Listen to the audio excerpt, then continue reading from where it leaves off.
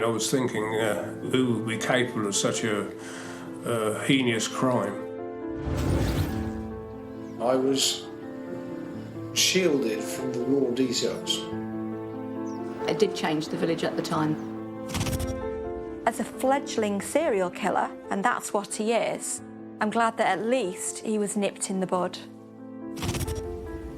On the morning of the 30th of October 1966, a discovery was made that was to plunge the village of Beenham into a nightmare that its inhabitants would have to live with for nearly half a century.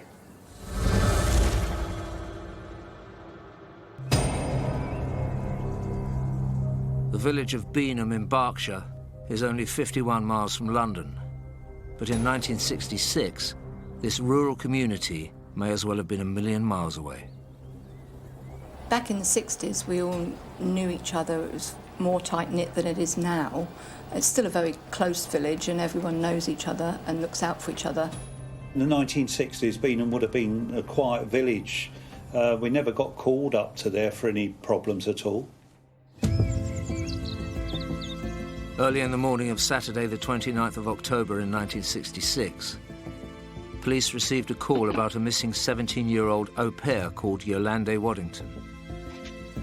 Yolande had only been working at the farm as an au pair for a matter of days before she went missing and was then reported missing by her employer.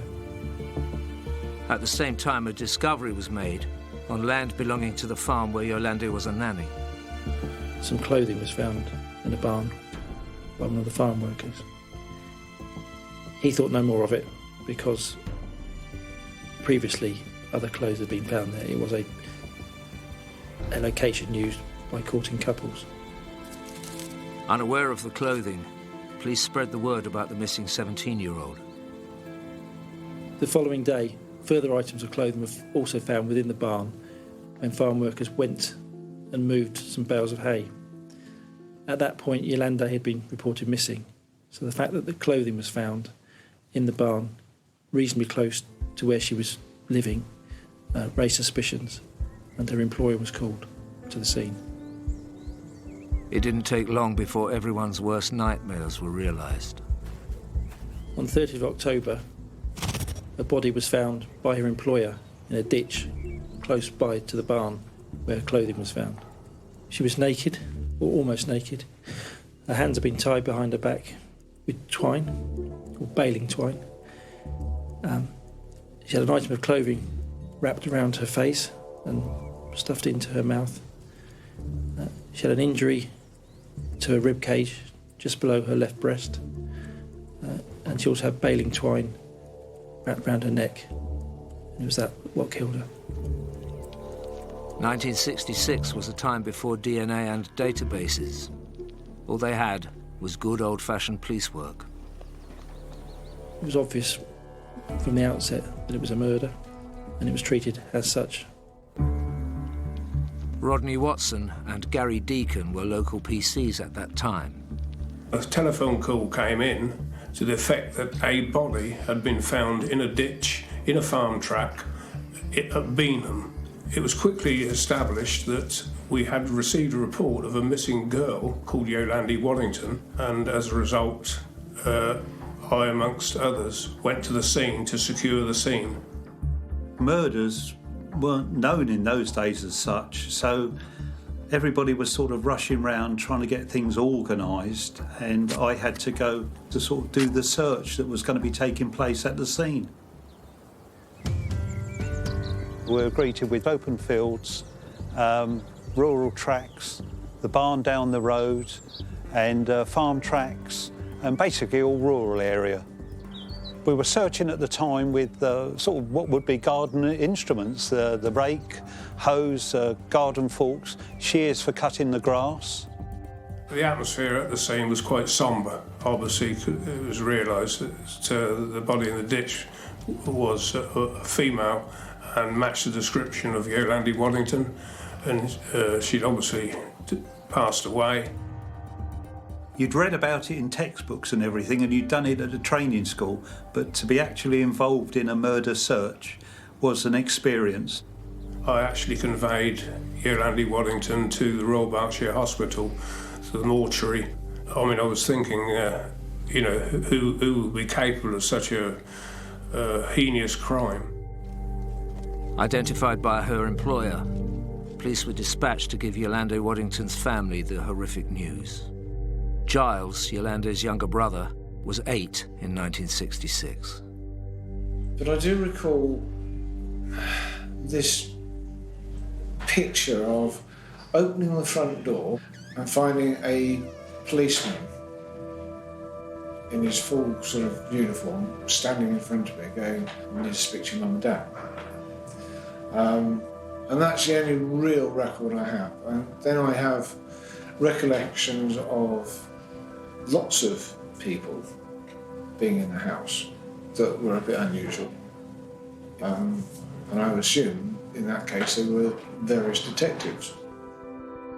This had been Yolande's first job away from the family home in Newbury, and despite only being in Beanham a few days, she was known as a friendly, talkative girl. News of the murder travelled through this country village fast. I can remember the police presence. There were suddenly lots of policemen everywhere. When you came out of school or if you went to the village shop, there were policemen around, and it is quite memorable, something like that. It did change the village at the time then. Berkshire was really a rural county, and apart from the normal problems that you had, maybe the occasional pub fights at the weekend, murders were unknown as such. A call was made to London.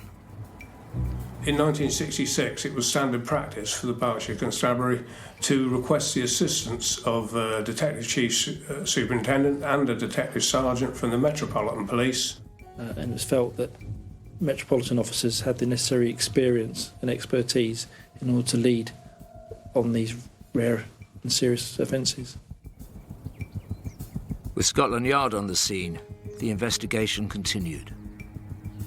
In the following days, a thorough search took place of the barn in the immediate area. Various items were seized. Sacks from within the barn, Yolande's clothing, a comb was found, a knife was found, which was believed to have been the knife that caused her injury.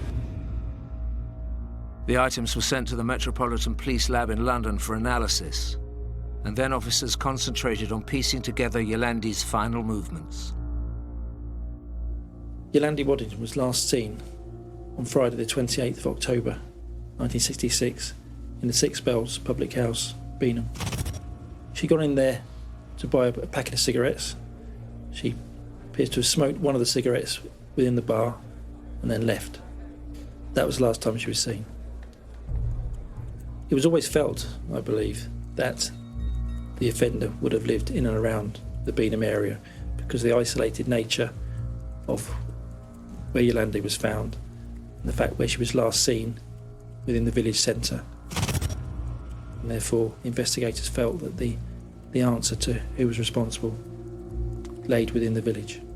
Everyone within the village was interviewed. The inquiry centred on who was within the Six Bells at the time she was, who left shortly after she did, and if they did leave, where did they go? During their inquiries, officers began unearthing information that could prove crucial to capturing Yolande's killer. The landlady of the Six Bells was interviewed. She remembers selling a packet of cigarettes to a girl fitting Yolande's description. A man by the name of David Burgess was in the pub at the same time Yolande was there. He'd been there the majority of the evening and left shortly after she did. Just days after the brutal murder of teenager Yolande Waddington, police already had a suspect.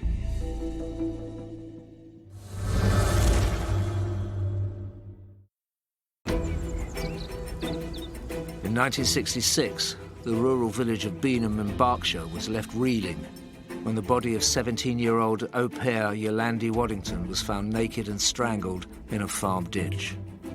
Local police had been bolstered by the arrival of the Met Scotland Yard. Items belonging to Yolande found at the scene had immediately been sent for analysis, and after a few days, they already had a suspect, a local man called David Burgess. He was of interest because he was in the pub, the Six Bells, at the time Yolande was there and left shortly after she did. The following day, he was seen with scratches on his face. He stated that he'd fallen into a bush on his way home. Police spoke to him. He stated he had been in the Six Bells and then had walked home from the Six Bells. With nothing else to go on, 19-year-old local lad David Burgess was released and the investigation moved on. Everyone within the village was interviewed to establish where they were on the Friday that Yolande went missing. Over the next few weeks, the usually quiet village of Beenham was a hive of police activity as they hunted Yolande's murderer. I can remember the parents being really quite concerned of us kids going out to play, and the people in the village were quite scared. At the time, our school was just down at the end of the lane there, and we used to just run up the lane and round and home. But once this happened, then all the mums were always at the school to meet us and walk us home. The police presence outside the hall, they were always there every day, which was obviously quite strange for Beenham to have so many police around.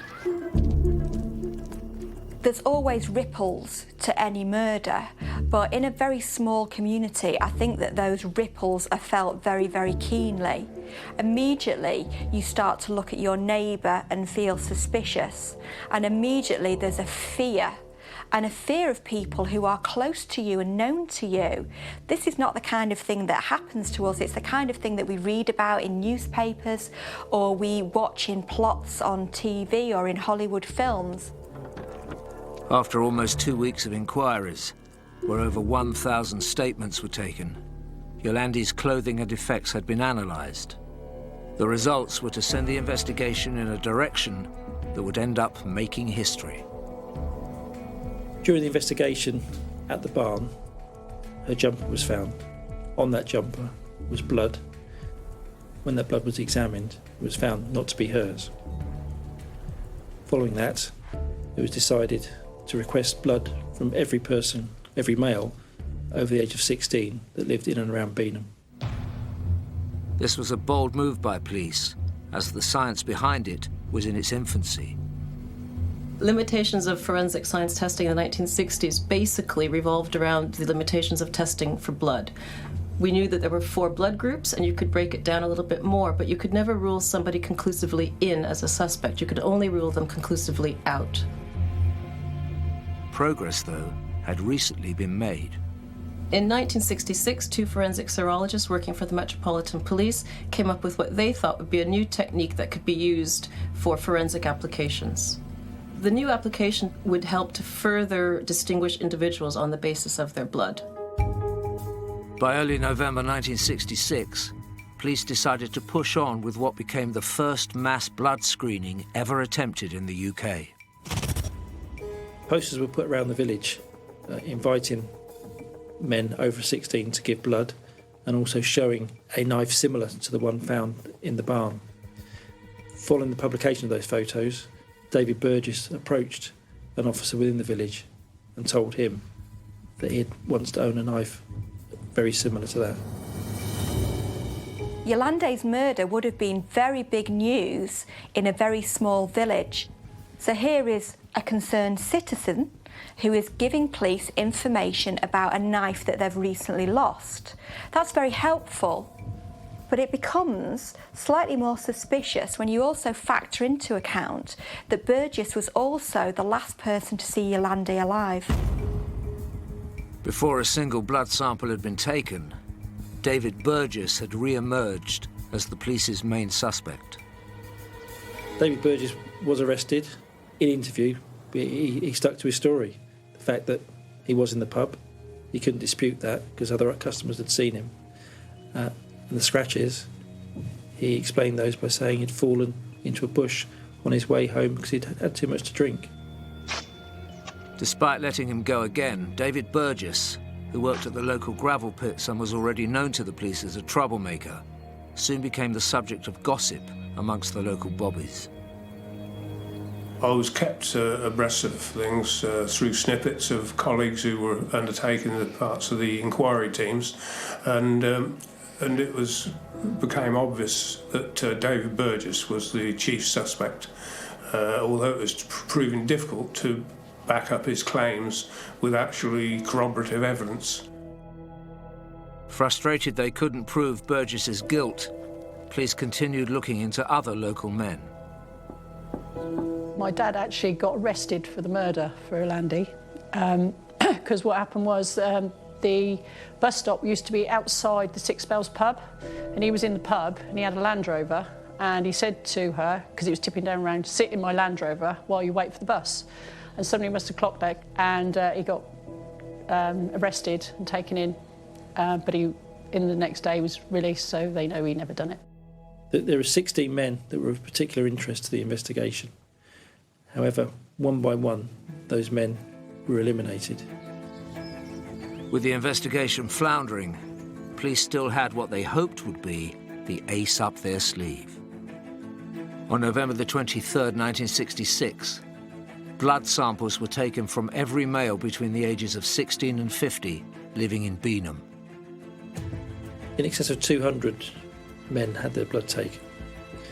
The type of blood grouping that was done was new. This case was certainly one of the first times that mass blood screening was used. The most well-known instance happened in the 1980s, but this predates it by at least 20 years. Police were hoping that identifying whose blood was on Yolandi's jumper would lead them to her killer. They were able to say that only 2% of the population would have had blood of that type, and that was borne out by the fact that out of in excess of 200 men that gave their blood, only 4 people had the same blood grouping as that found on Yolandi's jumper. Police were desperately hoping David Burgess was one of them. It wasn't his blood on the jumper, or his blood didn't appear to match the grouping that was found on Yolandi's jumper, so there wasn't a great deal more that the police could do. With the 4 men whose blood matched the grouping of the blood found on Yolandi's jumper, they were all subject of intense investigation. All of them had alibis for what they were doing, and therefore were ruled out of the investigation. It had been a massive gamble to take this unprecedented step in the investigation. Unfortunately, it hadn't paid off, and the police were back to square one. The investigation were obviously limited as to what they could do forensically. They did all they could in relation to try and show who was at the scene with Yolandi, but back in 1966, they couldn't progress it. With no new evidence coming to light, there was a difficult decision to make. The investigation finished in March 1967.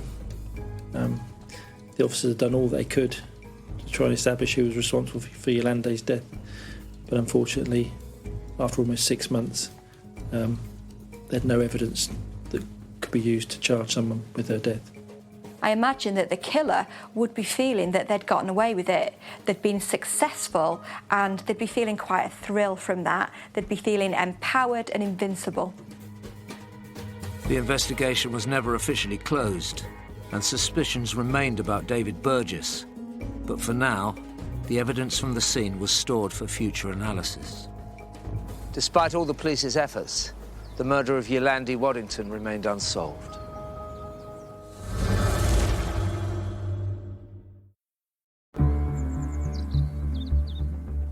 After 6 months, the investigation into the murder of 17-year-old au pair Yolandi Waddington had been stopped.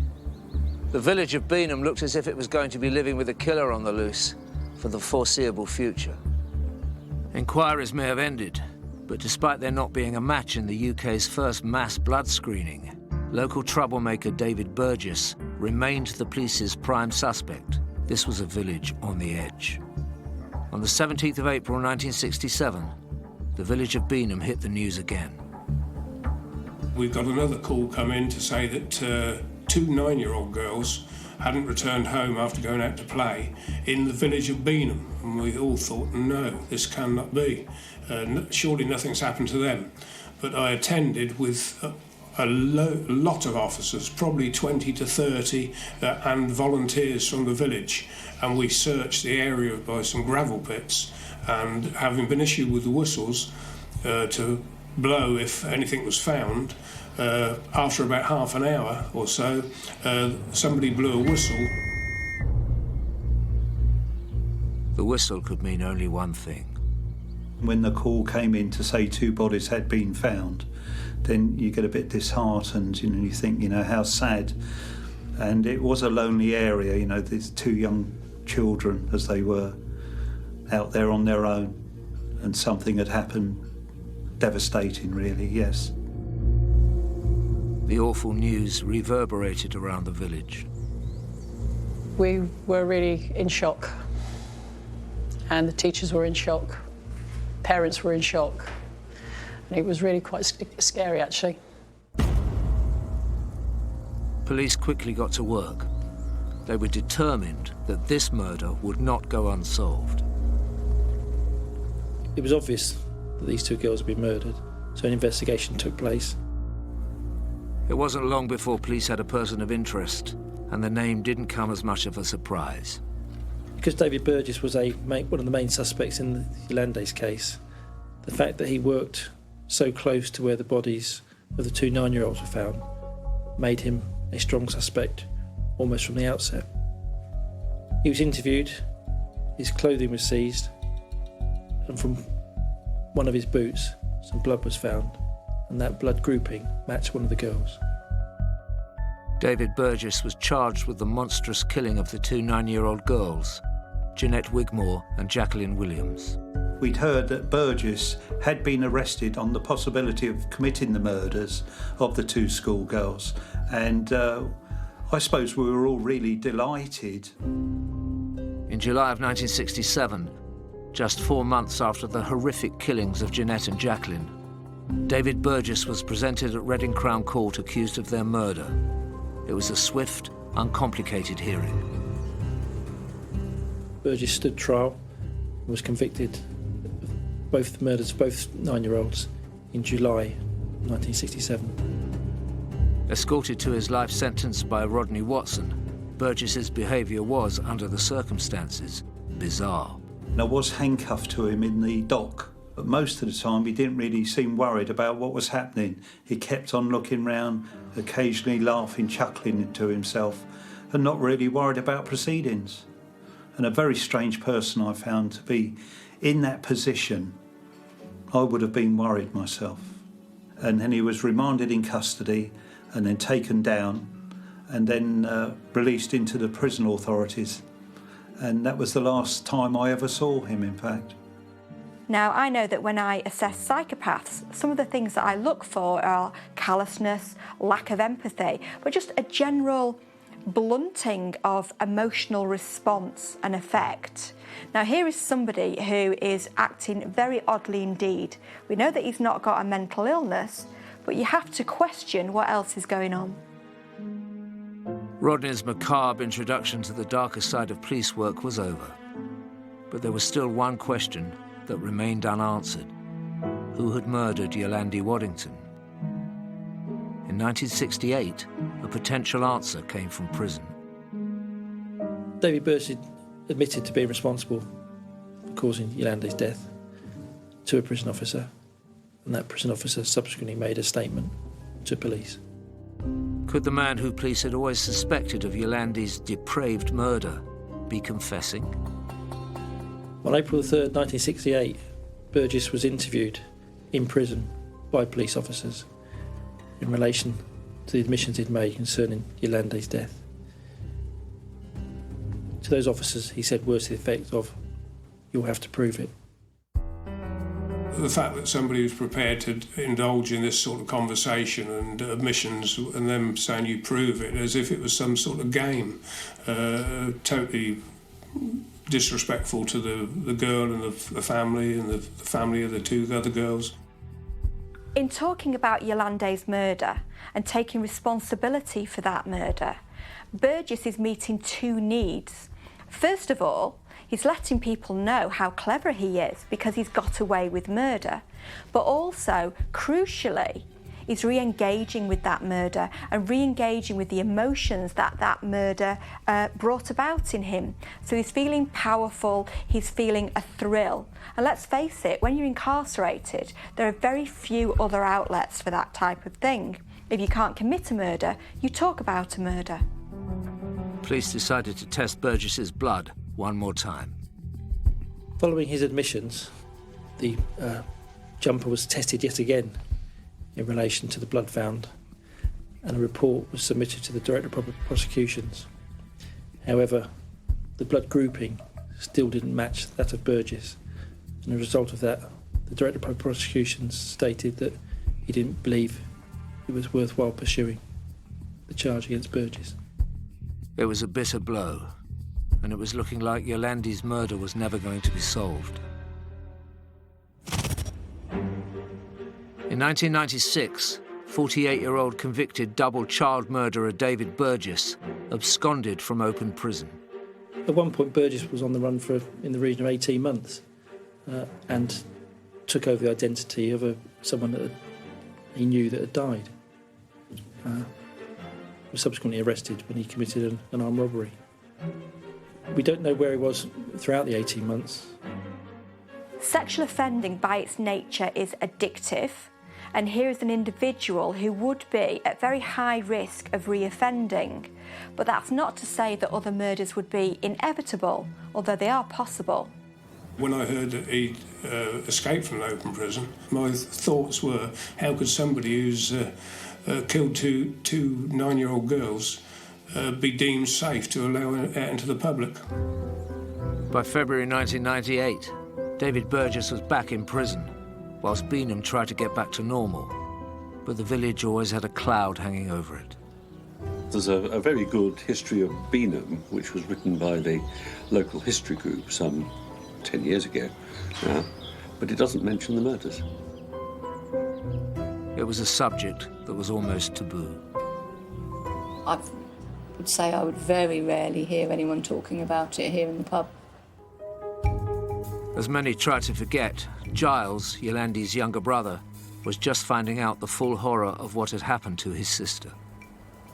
I discovered a pile of press cuttings hidden away out of view. Obviously being put away so that I didn't find them, but I did, and there was a sort of Yolandi's photograph plastered on the front page, and there were sort of police and other sort of articles. So I found out a little bit to know that my sister had been murdered. With David Burgess safely back behind bars, advances were being made in DNA analysis, meaning previously unsolved murders were worth revisiting.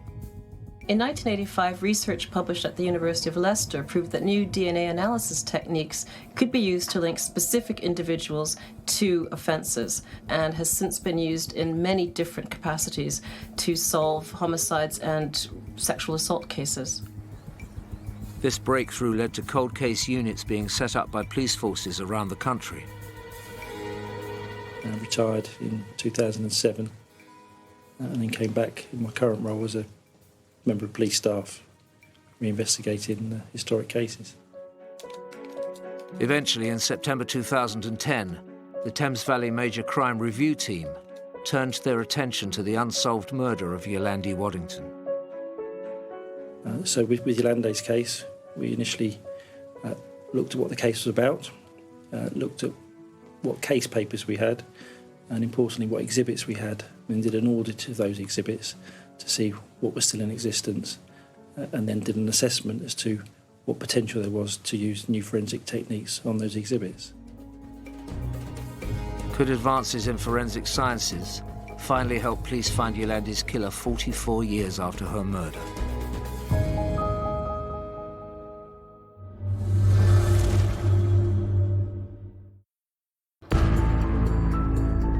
Up until 2010, the 1966 murder of Yolandi Waddington remained unsolved, despite the police believing that double child murderer David Burgess had been responsible from the very beginning. Then Thames Valley Police decided to reopen Yolandi's case to see if DNA could identify and convict her killer. The new investigation began by finding out what evidence had survived. We had items that were found in the barn, some items of her clothing, but importantly, what was missing was the oatmeal jumper that Yolande was wearing at the time of her death. That was an item from which a bloodstain was found, which wasn't hers, and it was that bloodstain, the grouping from that bloodstain, which was used on the initial investigation to get the blood grouping with which to match against people from within the village. As the only item belonging to Yolande with someone else's blood on it, the missing jumper was a big blow. There were another key items that still did exist, and it was those that we were able to submit to the forensic laboratories for further work to take place. By January 2011, police managed to recover Yolande's headband and a plastic fertiliser bag. Now it was up to the lab to find DNA not belonging to Yolande. We here at LGC have a cold case team that is dedicated just to cold cases. We'll use whatever available technology is there in order to try and help solve the case. Locating the evidence was only half the battle. Usable DNA needed to be found. One of the most important items was the polythene fertiliser bag that was found at the scene of the crime. Because the original note suggested there was blood on there, and obviously they'd got blood grouping results from that item. So we went back to it, and sure enough, there were still crusty blood stains on that item. We then sampled some of those stains and carried out DNA profiling on them and got a good profile. The lab was quick to give Thames Valley Police the news. And they said that they had a profile. That profile, a DNA profile that is, that profile was then searched against the National DNA Database, and there was a match against David Burgess. Already in prison for double murder, David Burgess was in the frame again. But it did pose the question, why hadn't he been a match when he was tested in 1966 or 68? I would have expected him to match if the test had been carried out correctly. And unfortunately, we can't go back and recheck that particular test, and we don't have any documentation in order to see whether there might have been a transcription error, a problem in moving information of the actual type onto another page that was used in a report, for example.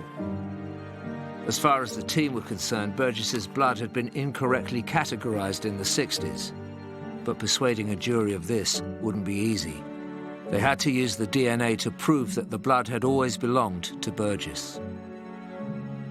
Although it was good evidence to have Burgess's DNA on that sack, the problem we had was that he was a local young man, would have had ready access to that barn, so we had to get evidence over and above that, because potentially he could have just said, yes, that's my DNA, I'm local, so what? Roy Green and his team at LGC continued investigating the evidence. As we looked through the old case notes that were prepared over 40 years previously, we noticed that one of them, the headband, had a description of it saying grubby, and that was it. But on examining the item, we found that what were thought to be grubby marks were actually blood. The DNA profiling results showed that there was a mixture of DNA on the headband. Some of it could have come from Yolande, and that's to be expected because it was her item. But also, some of it could have come from David Burgess. If Burgess's DNA was definitely on the headband, it would show that he'd come into direct contact with Yolande. Police had to prove beyond any doubt that the DNA was his. We had to refer to a specialist in genetic statistics at UCL, and he was able to say that, in his opinion, the DNA profile found on her headband was a 1 in a billion match probability to Burgess. A 1 billion to 1 match was conclusive proof that Burgess and Yolande had had physical contact. It was time to let the surviving members of Yolande's family know what was happening. I tend to try and only make contact with the family when we have new evidence, which hopefully will bring their case to a successful conclusion. In Yolande's case, I approached Giles, her brother. There wasn't a sort of sense of relief, a sense of... I can't say that I felt anything. It's a process, and it still feels as though it's a process, because it makes no difference to the end result. Yolande is dead, never to be alive again. The bit that I was worried about was the impact it would have on my dad in his twilight days. For the police, turning failed investigations around wasn't just about pride. Each one of our undetected cases has obviously a victim and the victim's family. The impact on families is massive, in as much that it's difficult to comprehend what that family's gone through. And when we visit them sort of 10, 20, 30 years after the event, you can still see the impact, in as much that there's a picture of their loved one, either on the television, on the mantelpiece, and it never goes away. It's something that they think about every day. My parents were certainly not wanting a repeat.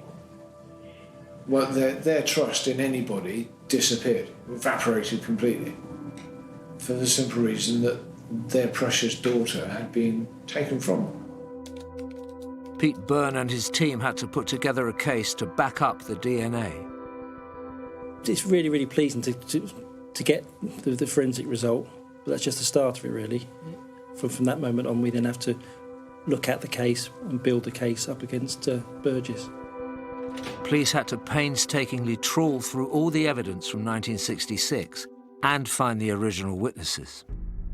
They were all seen, if they were still alive, interviewed, asked in relation to their initial statement, whether they wanted to add, alter or correct anything in relation to what they'd said back in '66 to what they could remember in 2011. In November 2011, the prime suspect in 17-year-old Nanny Yolande Waddington's murder was interviewed about some of the original evidence from 1966 that had implicated him. Did you get those scratches because Yolande scratched your face? I had nothing whatsoever to do with her death. I've told you that, and you won't believe it because I'm a liar, you said. We're saying the knife that you lost is identical. You say you lost. Is identical to the knife that was used to murder Yolande Waddington. That's a coincidence, Sam, isn't it? Your missing knife is the same knife that was used. How many people in Venham had a knife similar? How many people? Are they all suspects, are they? Finally, Burgess was asked about his confession to prison guards. And you thought it was safe to say that here? No. It was safe, wasn't it? I'd never say something like that if I committed a murder. I wouldn't go around shouting about it. After we finished interviewing Burgess and he was charged, we then carried on building the case up against him, putting the file in to the CPS, and then getting ready for the trial. 45 years after he'd first been the main suspect in Yolande Waddington's brutal killing, David Burgess was going to stand trial for her murder. It's not every day that you get told that your sister's murderer has just been arrested. It was a sort of sense of, wow, that's progress, and significant progress. On the 18th of June 2012, David Burgess stood trial at Reading Crown Court.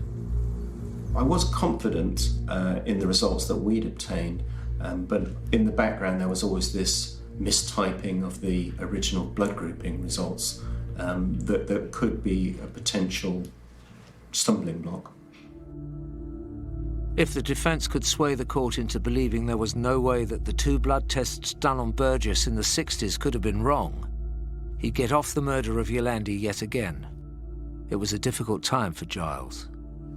There is no provision whatsoever for, or any preparation that can prepare anybody for facing a trial as a victim's relative. For David Burgess, it all seemed nothing more than an inconvenience. I saw him throughout the trial. His attitude didn't seem to have changed at all from when we'd first interviewed him. He just simply appeared bored by the whole proceedings. The jury and Giles were told all the grisly details. The fact that she'd been found naked, her clothes had been strewn about, she'd been stabbed, she'd been strangled, the whole thing had been a sexual crime. And that's the bit that was uncomfortable, because I found it out for the first time. Through expert witnesses, the prosecution explained how the original blood tests must have been wrong, and more witnesses called. One of the key points of the trial was a witness that we'd located in Australia, who was living in Beanham just prior to the murder. She gave evidence to the effect that Burgess had attacked her one evening prior to the attack on Yolande. We were able to use that evidence, what's called bad character evidence, put that before the jury to show the type of man Burgess was. Once all the witnesses found by Pete Byrne and his team had given evidence, there was only the DNA left. We're fortunate that the scientist was able to explain to the jury in layman's terms what that DNA consisted of and how he was confident that the DNA that was found on the items belonged to Burgess. In the end, everything relied upon the jury understanding the complex evidence. The trial lasted 5 weeks in total. The jury were out for 5 days, after which they came back with an 11-1 majority verdict that Burgess was the killer. On the 23rd of July 2012, almost half a century after Yolande Waddington's murder, David Burgess was sentenced to 27 years imprisonment. It was a huge relief to Giles. For want of the better expression, shouted from the rooftops to say, no matter how old the crime, the resources are now there to provide justice now. He should be 92 years of age when he's released. I don't think he should ever be released. Burgess is clearly a sexually motivated repeat killer, and you do wonder how his killing career would have been progressing had he not been caught. But as a fledgling serial killer, and that's what he is, I'm glad that at least he was nipped in the bud. We're very, very pleased that we got the result, but that's what me and my team do. We reinvestigate the historic cases that are unresolved. Burgess was sent back to prison, but questions were raised about the 18 months he'd been on the run. We made sure that forces were also made aware of the fact that there was a convicted killer that potentially could have committed offences anywhere within the UK within that time, so we passed on his details to other forces. By the time Burgess is eligible for parole, he will have spent 73 years behind bars for the 3 murders the police know he's committed. The question is, are there more?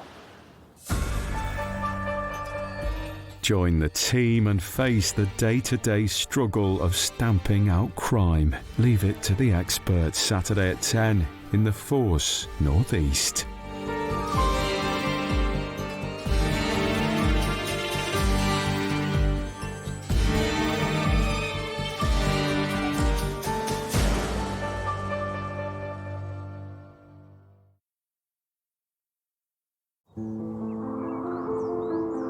It looked as if the body had been dropped from the sky.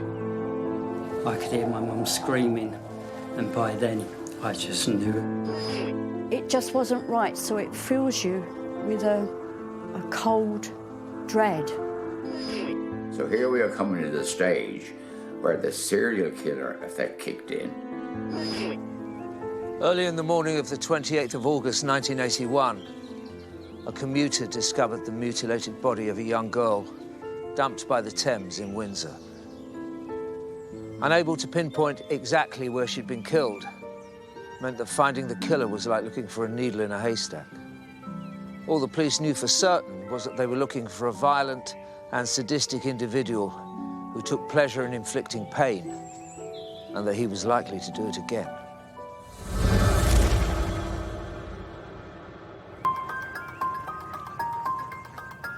Built on the banks of the River Thames in Berkshire is the town of Windsor. It's home to Windsor Castle, which has been an official residence of the British royal family for almost 1,000 years. Windsor is a very, very busy town, very busy tourist town. However, the village of Windsor, the residence area of Windsor, is very local, just like any other village, and everybody knows everybody, and everybody knows everybody else's business. On a bright, sunny Friday morning in August 1981, Kenneth Linney of Thames Valley Police received a phone call, starting a case that would become a 30-year personal crusade.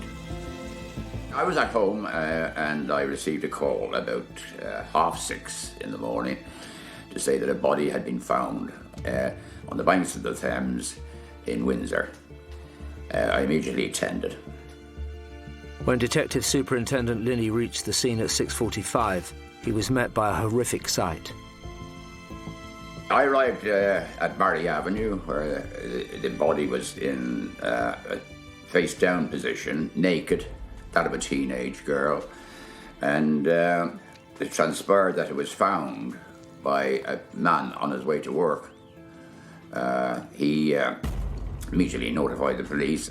I then made various phone calls and got other officers out to form an inquiry team and the uniformed officers to seal the area off, and from there it went on into a general investigation. There was no attempt to conceal the body, in fact, far from it.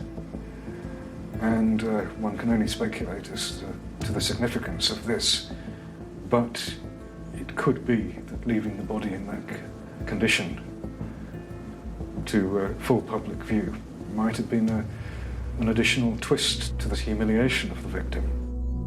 Houseboats moored just meters from the body were immediately investigated. All those boats were stopped from moving, and officers then started interviewing the occupants to see if they'd heard anything during the night. By 7 a.m. they had ascertained that no one had heard anything, and Detective Superintendent Linney continued organising the investigation. I notified then the Home Office pathologist. I then formulated a small incident room at Windsor Police Station until we had identified the body. It was very important to find out who this girl was. No girl had been reported missing in the Windsor area. Almost 13 miles away near Hanwell in West London, mother of 3 Carol Walterton made a worrying discovery about her 17-year-old daughter Claire. Went to wake her up and she wasn't in her bed, and it just wasn't right, so it fills you with a cold dread. A worried Carol went to work, whilst in Windsor the police investigation continued. It looked as if the body had been dropped from the sky due to the fact there was no blood or anything outside the basic body area. And bear in mind that there were severe wounds to the body. This was a problem for us. But we could find no forensic evidence as to where it was dropped from. The forensic team then went about doing a procedure called taping. Taping is done with sellotape to take any particles off the body. It's laid out then and sealed and used later on then for forensic report purposes. In the early 80s, forensic scientists could only compare and match fibre samples. So until they found a comparison, the tapings were sent for storage. Then a preliminary investigation was carried out by the pathologist at the scene. The wounds that were on the body could have been done in situ, where the body was found. But the body was definitely unconscious, if not lifeless, when it was laid on the footpath. The pathologist found that Claire's throat had been cut and she'd been sadistically mutilated. It was too much, even for the most experienced of officers. The injuries caused to the girl, horrific injuries that were caused to her, and how she must have suffered. And I think it affects you. I had four daughters. And I could see my teenage daughters in the same situation. So it does affect you. It wasn't long before this horrendous and baffling murder made the national news. I went to work and heard on the radio that they'd found somebody, her body, and I just knew it was her. I just knew it was her from where they found her in Windsor, which wasn't far from us. I don't know why, I just knew it was her, so I went into a complete panic. I phoned all the friends that I knew to see whether she was there. I phoned her work, and they were very cross that she just hadn't turned up. So I got home and went straight to the police station. Once Claire had been reported missing, police quickly made the potential link. The Metropolitan Police rang to say that a girl was missing from the Hanwell area. So we've notified them again, and officers came down and they identified the body. Certain they had the right person, it was time for the police to tell the family and confirm Carol's worst fears. Yes, it was her. After they looked at photos and things. And I can't even begin to describe what it was like after that. Claire's older brother Nick arrived home, hoping his sister was still just missing. After I heard it on the radio and everything else, and I made my way home, and as I was walking down the pavement, I could hear my mum screaming indoors. I could hear her screaming, and by then I just knew as well. And I think it was the police or someone that answered the door, and I think I just turned and said, "Is it?" or something, and they said, "Yeah." Thames Valley police officers wasted no time looking into Claire's background. I went up with another officer to Yedding Lane, to the family home, and there spoke to Mr. and Mrs. Wilson.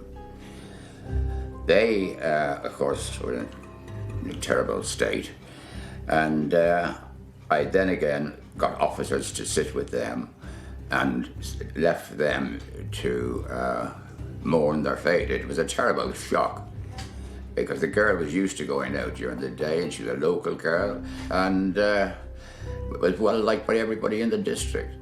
On a council estate, there wasn't too much to do, but you have lots of friends, so she was always with friends, and, well, we always had a house full of friends. I think that was more her enjoyment. And also when she got her job, that became the be-all and end-all of her life, because she loved it so much and obviously loved the people there as well. The next morning, the sun may have risen as usual, but for Claire's mum, Carol, the world as she knew it had ended. All I can really remember is the house being full of policemen. It was just basically showing photos, and so really then we were dealing with it the next day when we knew it really was her, and been dealing with it ever since. Whilst the family began a lifetime of grieving, the police continued with their investigation, determined to find Claire's vicious killer. It was decided that an incident room, a major incident room, should be set up in the Metropolitan Police District. Pete Byrne was a young policeman at that time. I was involved in the investigation, in that I was a young detective and was part of the 50-strong team of detectives that worked on the investigation. The police's first job was to build up a picture of Claire and her final movements on that fateful Thursday night. Claire was ironing, and we said, "Are you going out tonight?" And she said, "No." Me and Claire was just sitting in the kitchen having a chat, which was unusual really. We was having a good old chat and everything, and she weren't going out that night. And that, you know, but the funny thing was, I remember, God, we must be growing up because of the way we was talking to each other. But I don't know, she was staying in and that was it. But when we got home, she had gone out. She was 17, it wasn't a problem. But she was always in by 10 o'clock or abouts. But I thought 17, okay, it's 11 o'clock, you know. It's always the first time. But then when she didn't come home, couldn't sleep at all because it just wasn't like her. She'd never been away all night unless we'd known about it. But then I heard laughing outside and I thought, oh, she's home. So I went off to sleep. It didn't take long for police to piece together Claire's last night.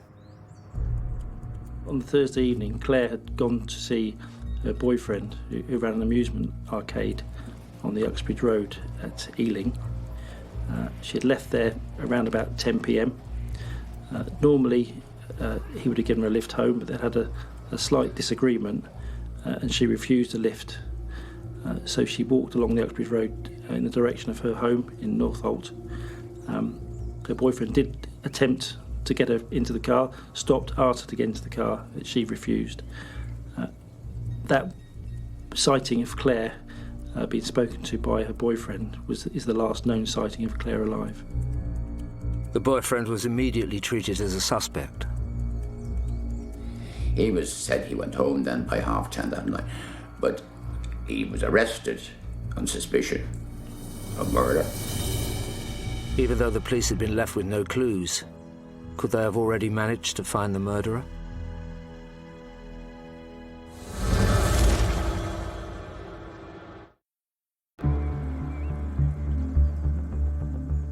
In August 1981, 17-year-old Claire Walterton had been horrifically murdered and dumped in Windsor, and so far, no forensic evidence had been found. Police had quickly pieced together Claire's final movements, identifying the last person she was seen with, who was arrested for murder and questioned. Inquiries in relation to his whereabouts later on that evening revealed that he had gone home and was seen by a neighbour walking a dog shortly afterwards, so therefore he was ruled out as being the potential attacker of Claire. With their only suspect now eliminated, the police looked at using the power of publicity. There was a lot of media activity, television and all, up at Hanwell. And of course the papers then had the large columns on it. Information about Claire's last night was released by police to the press. Two ladies came forward following publicity and said that they'd seen a girl dragged into a car at the junction of Uxbridge and Yedding Lane about roughly around the time that Claire was last seen. They couldn't give any descriptions. All they could say was a dark-coloured car. Keen to get the most from their only lead, police weren't afraid to try experimental techniques. I resorted to hypnotists actually interviewing some of these people because we felt that if you can probably refresh someone's memory by that means, then, of course, we may come up with something that the person doesn't think of normally. Hypnotism didn't seem to have the desired effect. Whether that person that the lady saw was Claire is unknown. A large part of the initial investigation centred on trying to identify that vehicle, but it was never traced. The ladies were so vague about this. They thought a girl was pulled into a car. There was no screams, nothing whatsoever. And it was some distance away they saw it. So there was no evidential value, really, in that particular incident. Disappointed but undeterred, the investigation team continued with their inquiries. The incident room then, once we established it at Norwood Green, became a very busy place because we had to do a lot of house-to-house inquiries from Hanwell down the Uxbridge Road, right up to the top of Yedding Lane, which would have covered the area where she would have walked. Then other inquiries had to be dealt with. You had inquiries, national inquiries, you had inquiries dealing with people with previous convictions for that type of offence or for sexual offences. So there was a lot of work to be done and a lot of foot slogging, to put it plainly. For some on the team, this was all a new experience. It was my first ever murder, and I was just learning how things are done on a major investigation in terms of the system. There was no computer as such, so everything was paper-based, but everything had to be done in a clear and methodical way so that nothing was missed. There was a huge amount of work to be done.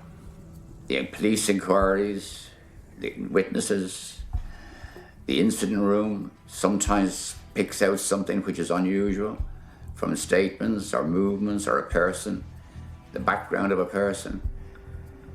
And they have to be followed up, and they're known as actions. Actions are then dealt with by the detective officers who are out on the ground. It takes a long time.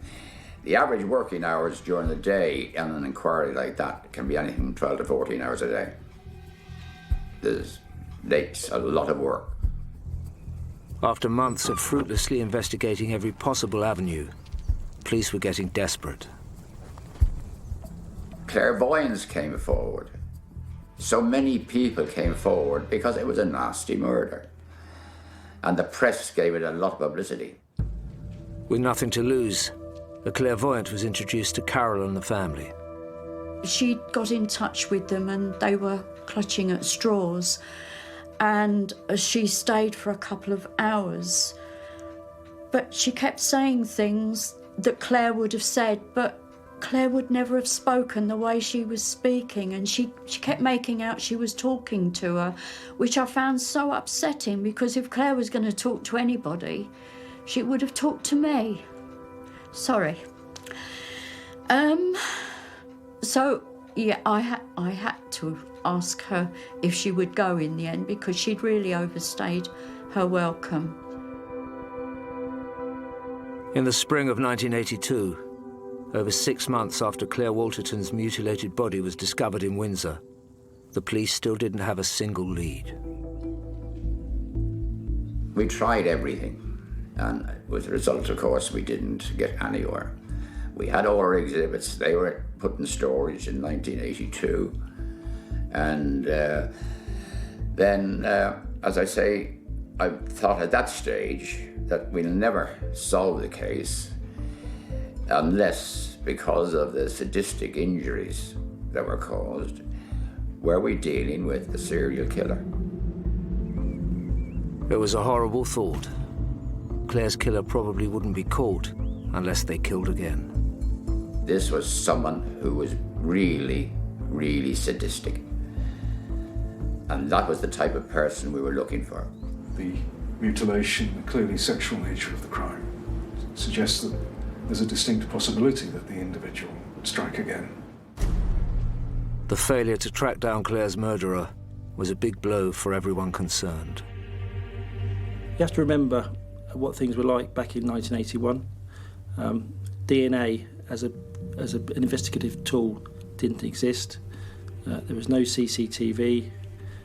Mobile phones were very, very rare, and automatic number plate recognition didn't exist.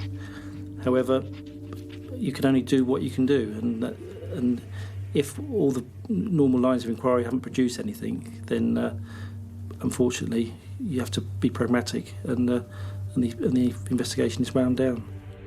Well, it's disappointing that you like to get a result.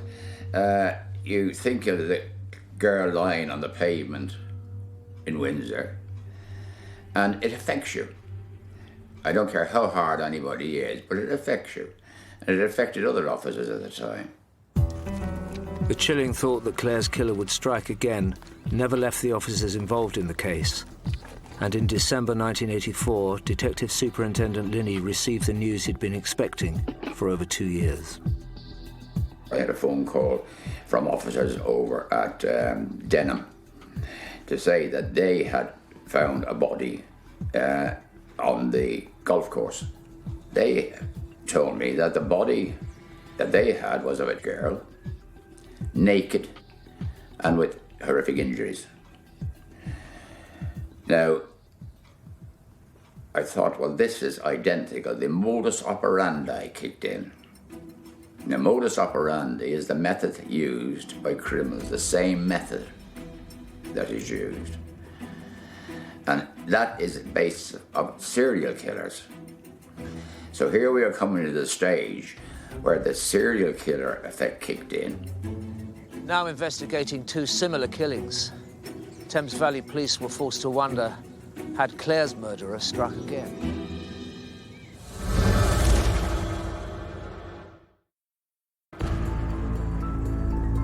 Just over 3 years after the unsolved murder of Claire Walterton in Windsor, a mutilated body of a woman called Deirdre Sainsbury was found dumped at a golf course in Denham.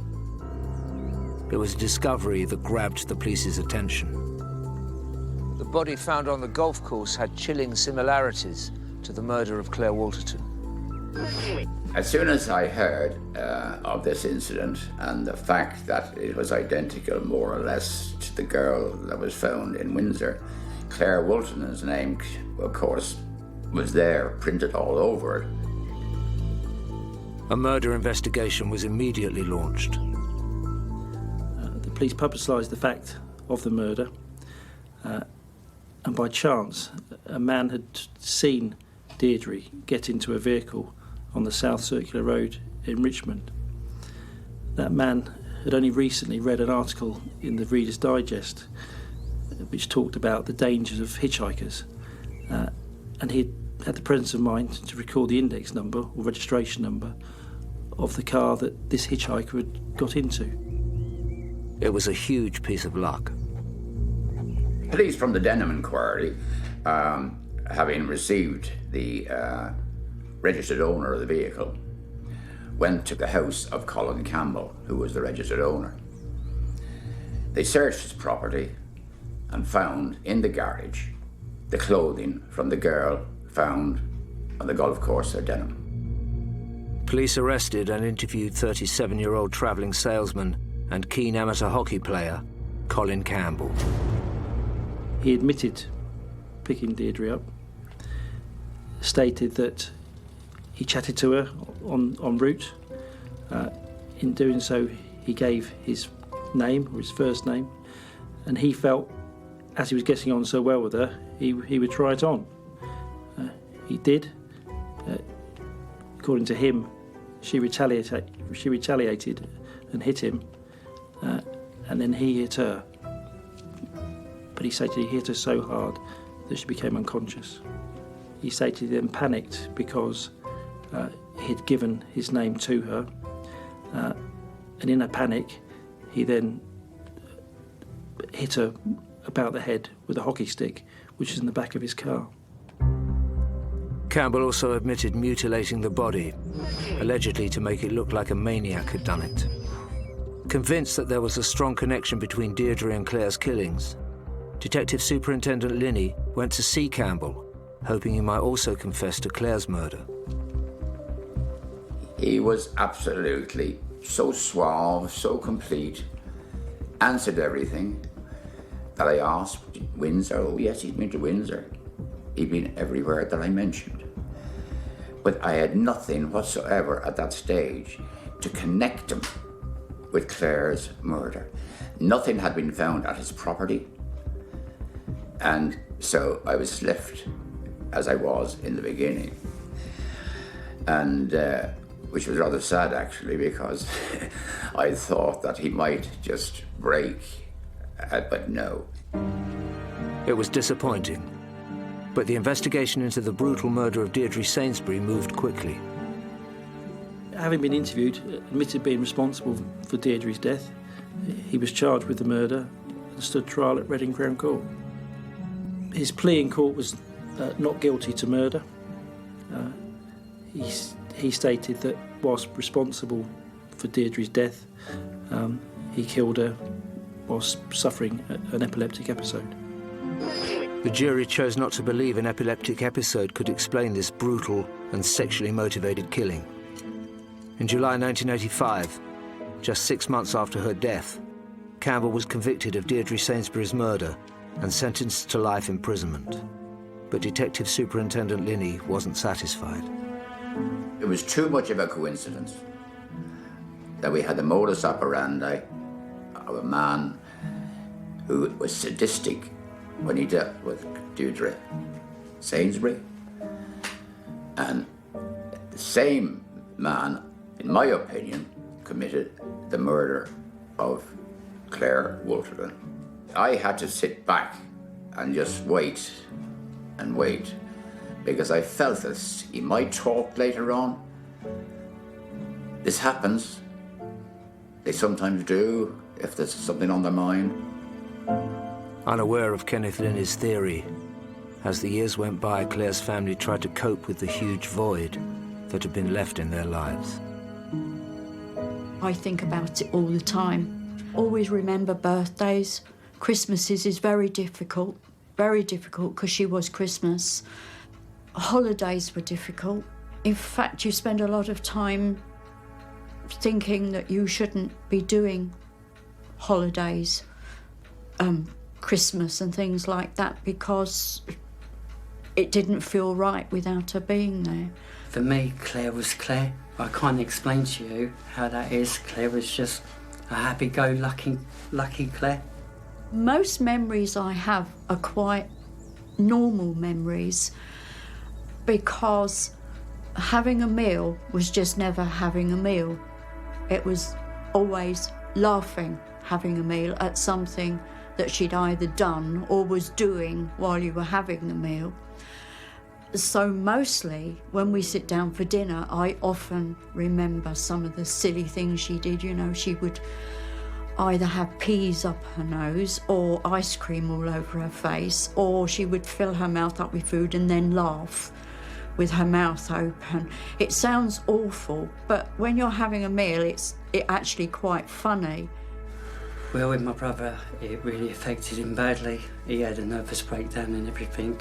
So in the end, I didn't just lose a sister, I lost half of a brother as well, because he just weren't the same ever since.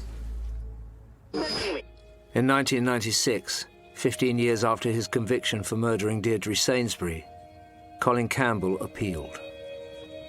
He stated that whilst he was guilty of causing her death, it wasn't murder. At the appeal, he put forward the same defence as his original trial, but this time with the backing of an expert, who stated that due to being on the wrong medication, an epileptic episode could have been to blame. Campbell's conviction was quashed, and in 1999, a retrial ordered.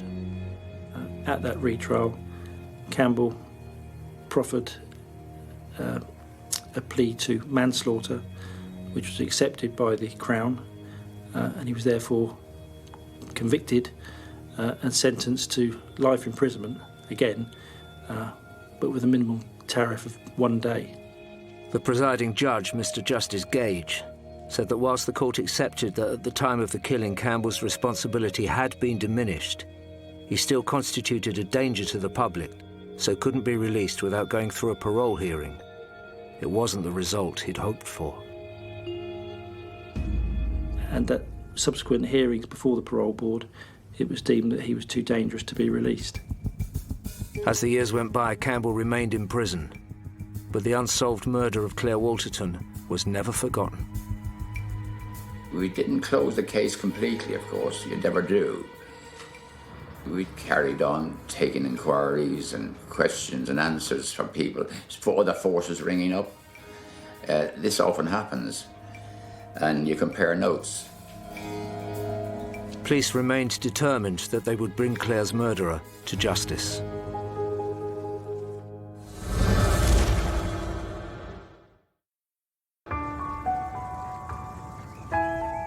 By 2011, the depraved murderer of Claire Wolterton still hadn't been found, although police did have their suspicions about Colin Campbell, who was in prison for the strikingly similar 1984 killing of Deirdre Sainsbury. In 2007, Thames Valley Police had started looking at cold cases headed up by Pete Byrne.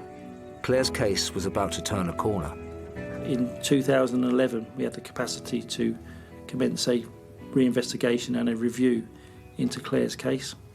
What we were looking to do was to use advancements in forensic science in the intervening 30 years to see if we could potentially identify the person responsible for her death.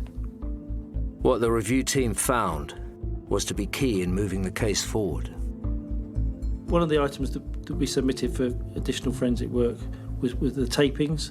These tapings had been originally taken to potentially obtain fibres.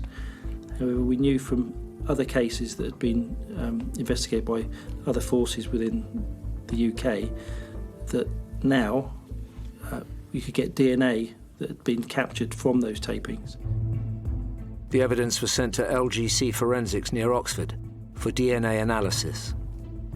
Tapes were examined microscopically and small sections were cut out and submitted for DNA profiling.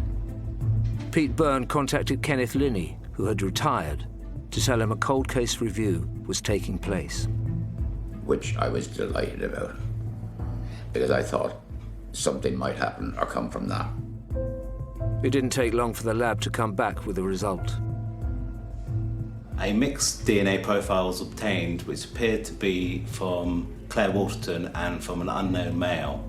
We used that profile of the unknown male to search the National DNA Database, and this identified a list of potential contributors. Colin Campbell was amongst those individuals.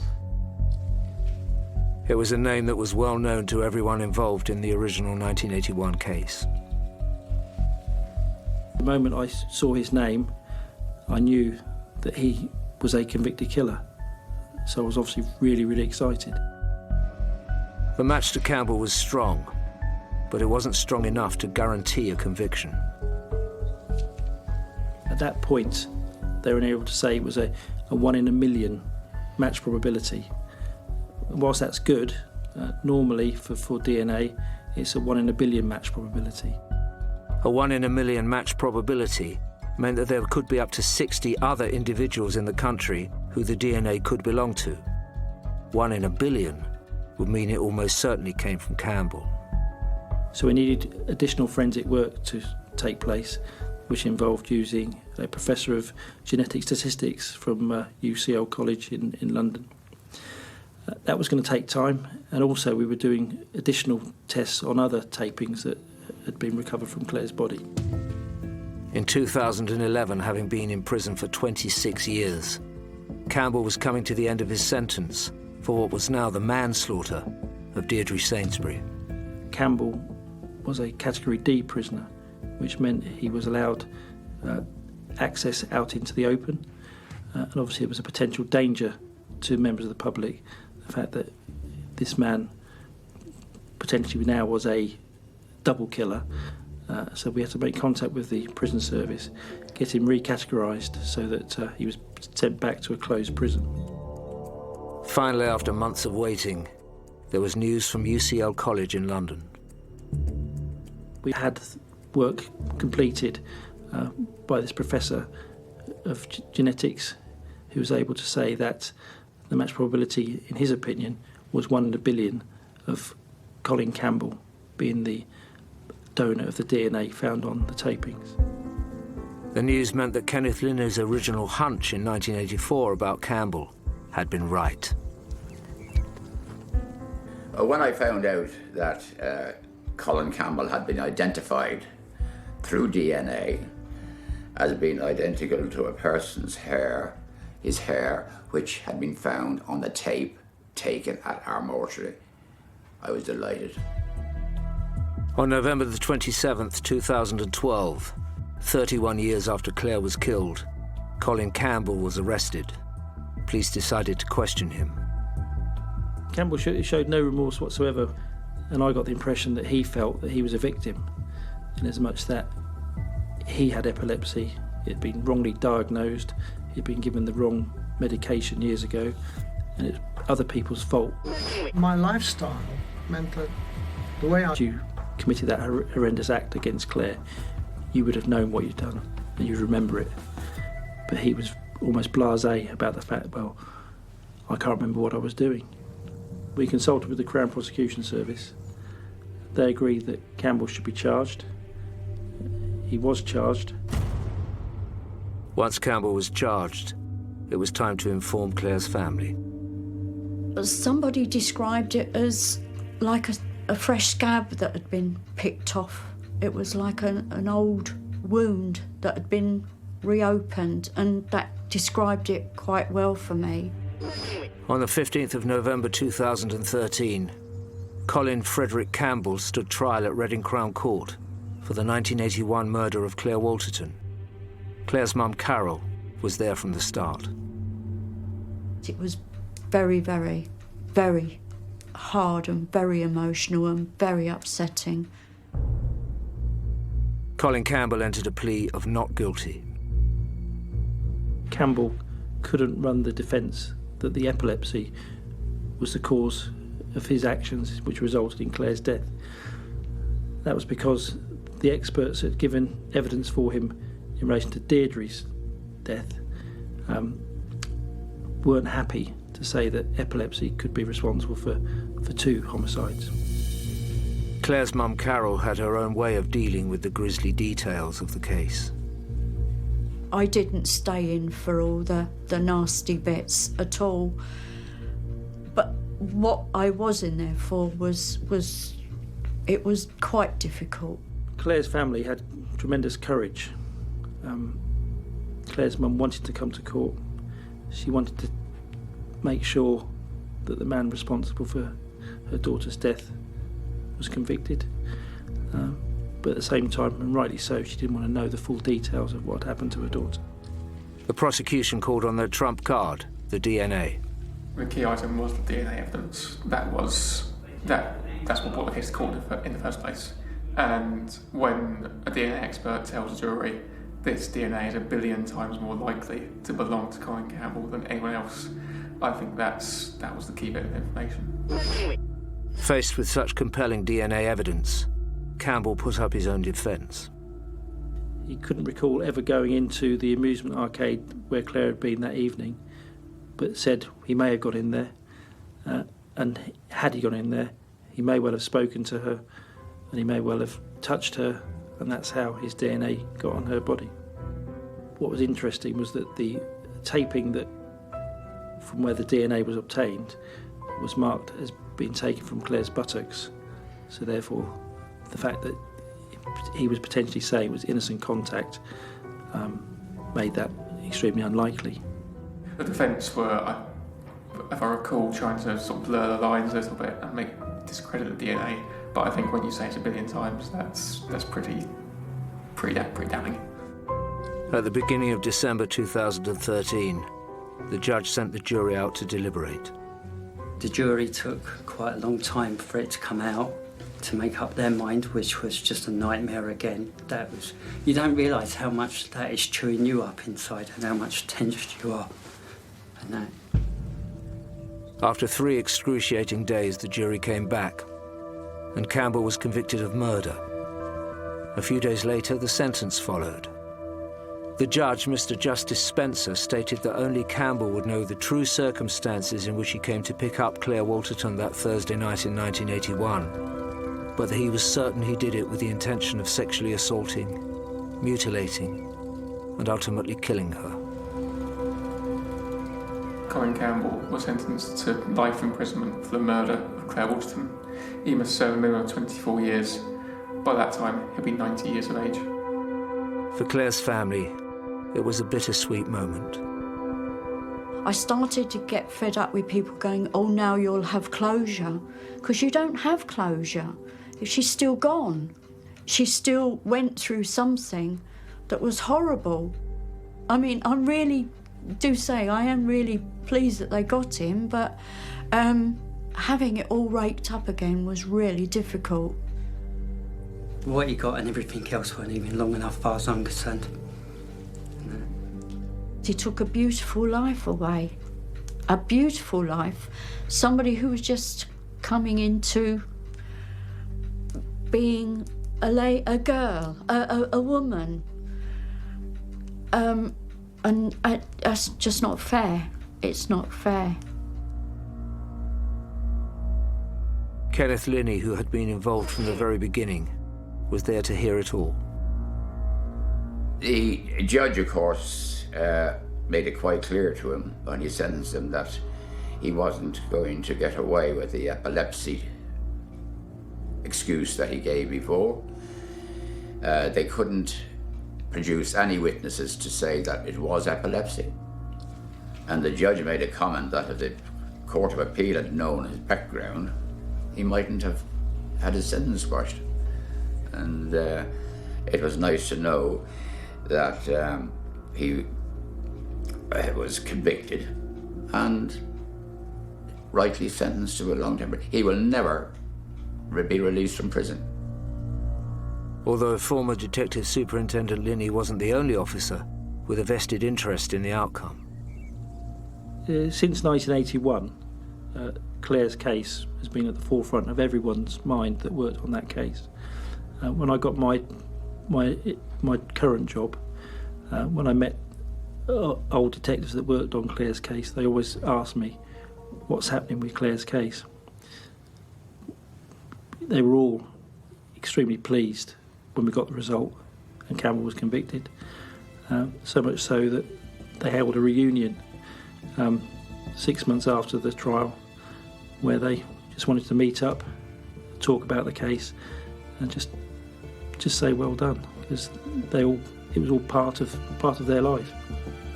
After 32 years of trying to solve this brutal and bewildering case, Kenneth Linney could be satisfied they'd got the right man.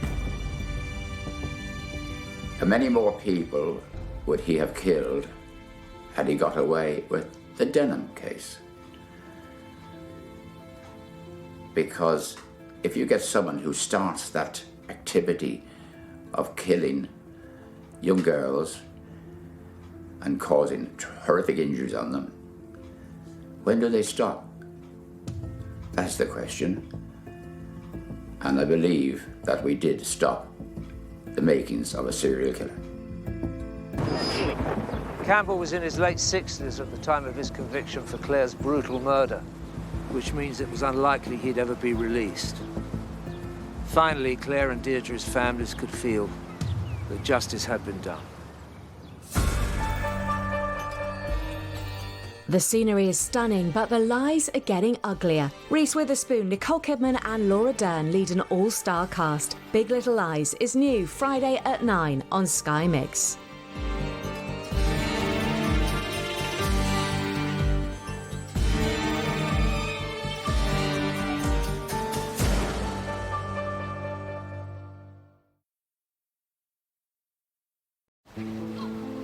Two brutal killings, a massive manhunt, and it shocked the whole town. The officers went to the 7th floor flat, saw this man holding a sawn-off shotgun. He went over the balcony and then dropped down floor by floor. The press in London called him Spider-Man. On the night of January the 23rd, 1995, Lancashire police were called to a garage in Morecambe. What they discovered there could have been the scene from a horror film. The investigation into what turned out to be a brutal double murder and the ensuing manhunt for the killer would take the police all over the country. It was a case that the police and the people of Morecambe would never, ever forget.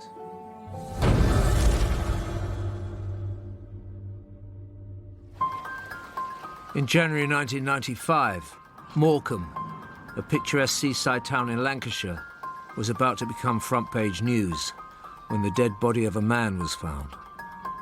DCI Graham Gooch from Lancashire Constabulary was to lead what would become an unprecedented investigation. On the night in question, I was the duty on-call senior investigating officer, but sound asleep in bed, and then about 2 o'clock in the morning, the phone went, which means something awful's happened somewhere. So took the call and they said they'd had a murder at Morecambe. The officers had been faced with a gruesome scene at a garage on the Whiteland industrial estate. The dead body had been severely battered. They tell you basically what's happened, and then you start thinking, what am I going to need?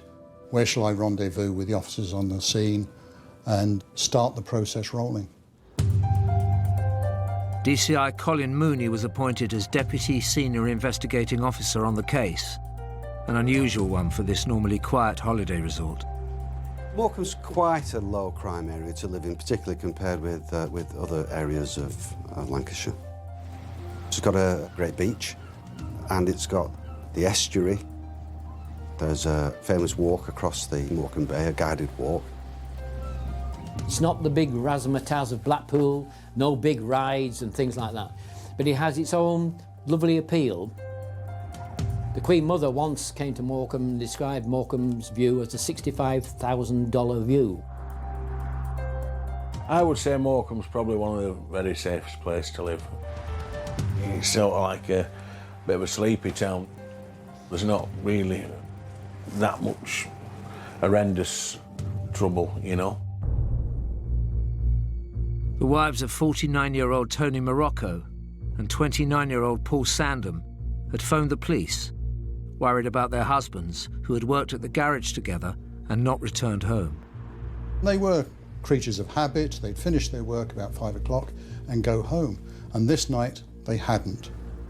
The officers went to the garage with the relatives, and it was locked. And then they found somebody who's got a key to come along and unlock it. So the premises were locked. And inside, then they'd found this scene of destruction. Clearly, it looked as though someone had been playing dodgems with the cars, and there was smashed office furniture, smashed cabinets. And on the floor was the body of Tony Morocco. Tony's body, unfortunately, bore considerable marks of violence. It looked as though he'd been stabbed and that his head had suffered a number of blows from a blunt instrument. Well, certainly the amount of violence used was far in excess of that was needed to actually bring about death. There was something very emphatic about it, almost as if the person was acting out, I know, some sense of mission or getting revenge. From his injuries, it was immediately clear to police that Tony Morocco had been brutally murdered on the premises of his own business. After pathologists had analysed the scene, his body was carefully removed, and along with crime scene investigators, DCI Gooch tried to figure out what had happened. Left at the scene, there was a lot of blood there. There was a torque wrench, which had blood and traces of body on it and hair, so that appeared to be a fairly obvious murder weapon. And lots of other pieces, because garages are generally fairly messy places, so there's a lot of stuff to look at. But then here we had the feature of this car, this Toyota car, which had obviously crashed into the desk and into the cupboards. So clearly that was part of whatever had happened at the scene. So we knew that we had to do a lot more investigation into that. But of course the first thing on your mind is, who did this? The police didn't have to look far for their first suspect. The situation we had was these two men who worked together in the garage. They hadn't come home. We've been along there and we found the body of one of them and the other man's missing. It's not unreasonable to have some suspicion that they'd fallen out and had a terrible argument and that this was the result of it. Because, I mean, Paul Sandham was nowhere to be found. He hadn't gone home, which was most unusual. The police immediately focused on locating Paul Sandham. Officers have been called out to come to Morecambe to start forming an investigation team. In the morning, those officers had turned up about 8, 9 o'clock, and we'd started the briefing, painting the scene for them to tell them what was going on, what we were going to do, and what each of them would be doing. And then, during that briefing, in came one of the officers saying, "Hang on, boss, I think there's been a development," and hands me a piece of paper saying the body's been found further, just out in the countryside, a little way from Morecambe. And then we found out that that was Paul Sandham, who had been stabbed many, many times. The man police had been treating as a suspect had been left for dead with 41 knife wounds. There was a clear connection between the two victims, and also the level of violence used on both of them was quite similar. It did bring into focus the fact that there had been a deliberate separation of the two victims, which, of course, highlighted just how calculated it was. At this point, then, we realised that we had a double murder on our hands. It was inconceivable that two people who worked so closely together, who went missing at about the same time, and both found murdered, would not be linked. I've dealt with murders before with more than one victim. They don't come very often, but it does change things completely from what we were looking at before. Before, we were looking for possibly a murder with a reasonable suspect. Now suddenly you've got a double murder with no suspect. And it was a great concern to local people. I spent most of my working life on the estate from being the age of 13. You know, I got to know Tony, you know, just through, you know, being on the estate like I got to know everybody else. He was a lovely guy. If anybody was going to say, you know, put Tony in a room of 10 other people, you know, who would get murdered, you know, you wouldn't put Tony, you'd say, well, what's he doing here? It was that shocking that, you know, it was just beyond belief, really. The local press, the local radio, everybody was covering this big stuff, which was very helpful because it was a big story. We've got here two brutal killings, a massive manhunt, something the like of which Morecambe had never seen before. And we were in the centre of it, being the town's newspaper, and we were swept up by it, and without a doubt we realised the enormity of the story and that we had to rise to this challenge. Lancashire police had two dead bodies on their hands and no idea who could have committed the murders. The most dramatic investigation they had ever been faced with was about to commence.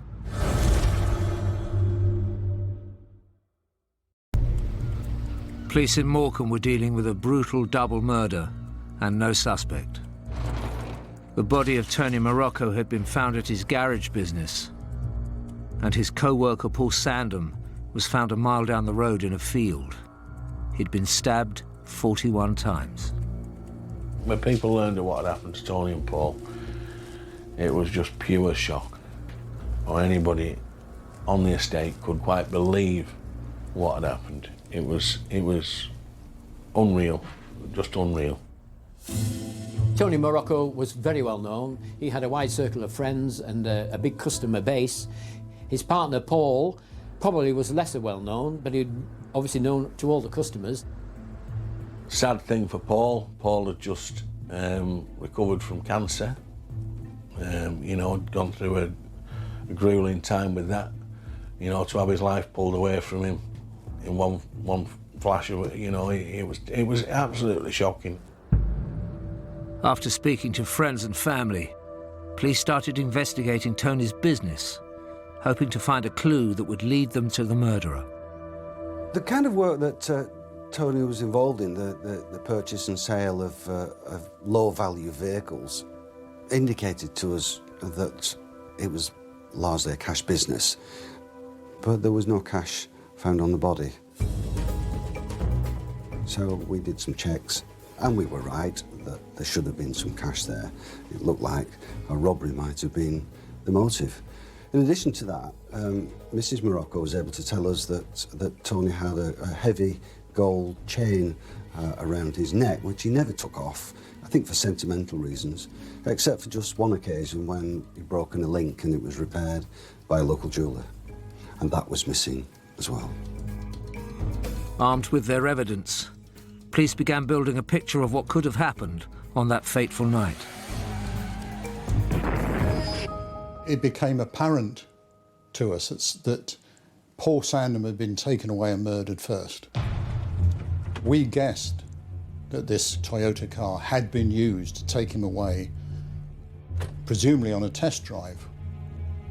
And he killed him in the field and then come back in the Toyota and crashed it into the garage when he arrived. We tend to assume that he'd gone along there, found two members of staff there which he thought he couldn't overcome them, so on the pretext wanting to buy a car had got Paul Sandham away and killed him so he could go back and rob Tony. Regardless of their theory, police still needed concrete evidence that the murders were linked and the Toyota car was significant. It's very important to isolate the two scenes to make sure there's no contamination, because we wanted to find out if that car had been in the field. So we found next to the road, we got a tyre track, which eventually found matched the Toyota, but also, more importantly, we found soil of identical makeup in the footwell of the car as was in the entrance to the field. Now, the important thing was this was found on the driver's side and not the passenger's side. So it showed only one person who had been out of the car got back into it, and that was the driver, and that had gone back to TM Motors. For me, more significantly, there was a trainer mark in mud in the field close to Paul Sandham's body. And there was also a similar trainer mark in blood in T&M Motors.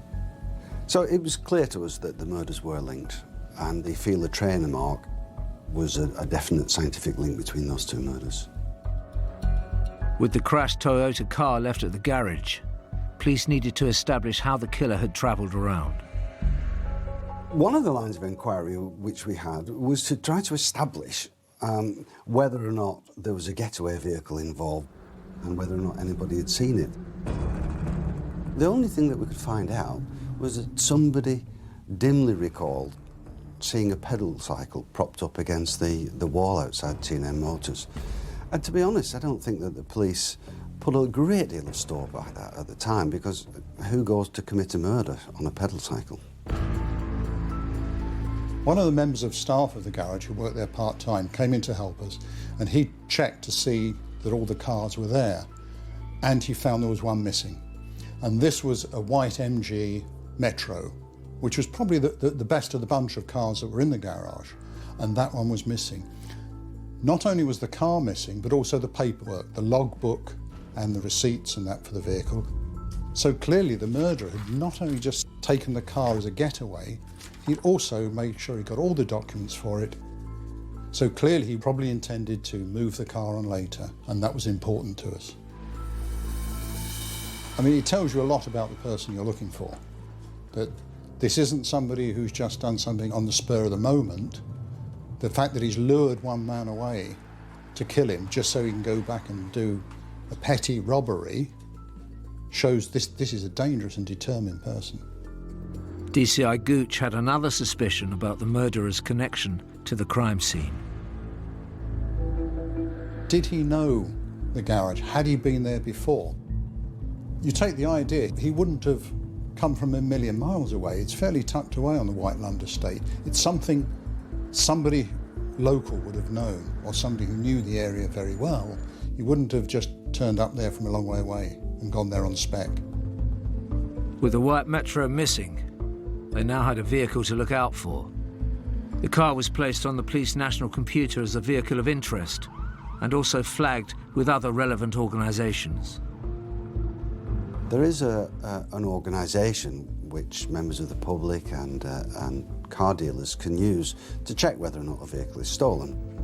We contacted that organisation and asked that if anybody checks that vehicle with them, that they should tell us, but not tell them. So, having put a marker for the MG Metro onto HPI, only a couple of days later, they called us to say that someone had gone into a garage in Erith in southeast London to sell the car. The hire purchase information alert was an important breakthrough, but this meant geographically the investigation had to expand 275 miles down south. Very quickly, we sent a team down to London to check this out, and the man in the garage did a few second-hand cars. He did repairs and lower end of the market sort of cars. And he remembered the man who had taken in because he'd done a few deals with him before. And he checked it and there was nothing outstanding on HPI at that time. So a deal was done and he part exchange it for a Ford Escort. The Erith car dealer provided an accurate description of the man that had sold him the white Metro, but wasn't much more help to the police, as the suspect had covered his tracks. He'd given false particulars, which gave us something to look at, but essentially it looked like a bit of a dead end. We didn't have any more information to go on then.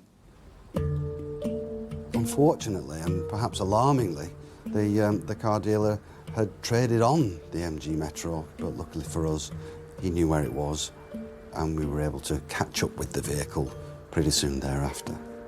And so we seized it, we brought it back to Lancashire and had it examined by our scientific officers. They found traces of blood on the driver's door handle, and it would have been reasonable to expect that it was either Mr. Morocco or Mr. Sandham's, but it wasn't. This was the blood of a third person. And we began to speculate that perhaps in the frenzied attack on the two deceases, maybe, just maybe, the murderer had cut himself, and that this was, in fact, the murderer's blood.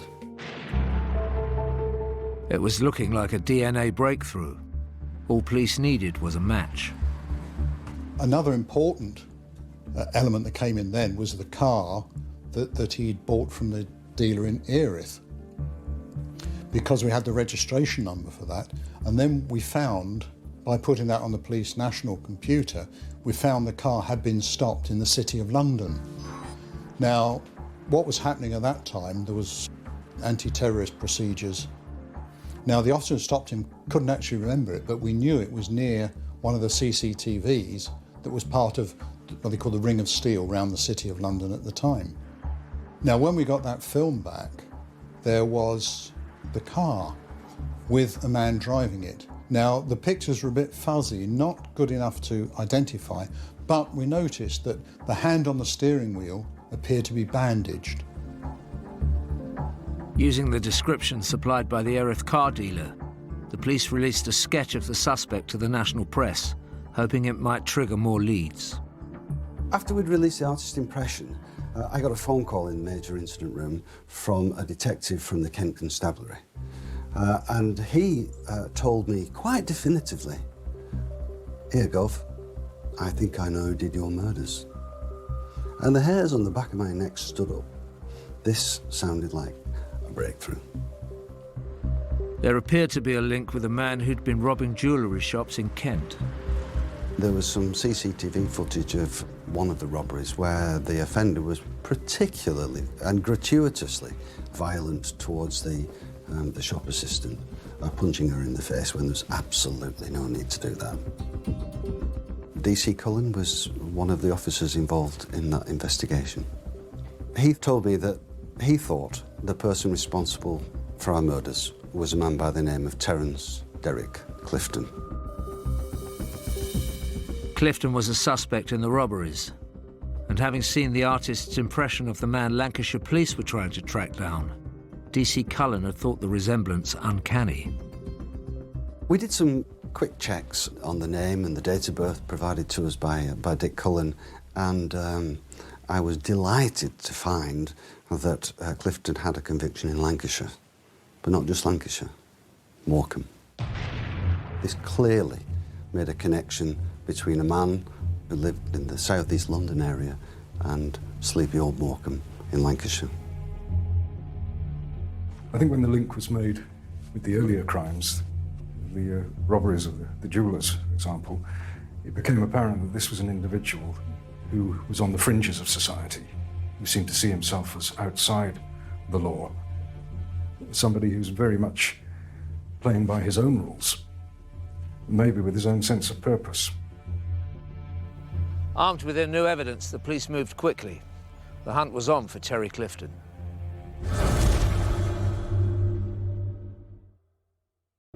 In their search for a double killer, Lancashire police had identified a prime suspect. All they needed to do now is find him. Intelligence pointed to a man called Terence Clifton for the murders of Tony Morocco and Paul Sandham. But they were yet to track Clifton down and still needed evidence that placed him at the scene of the crime. Now, one of the important things is on Tony Morocco's body, there was an awful lot of blood. And when they looked at his trousers, they'd taken blood samples from about 6 sites, which is the normal thing to do. And they'd all been the same blood group and they'd all been Tony's blood.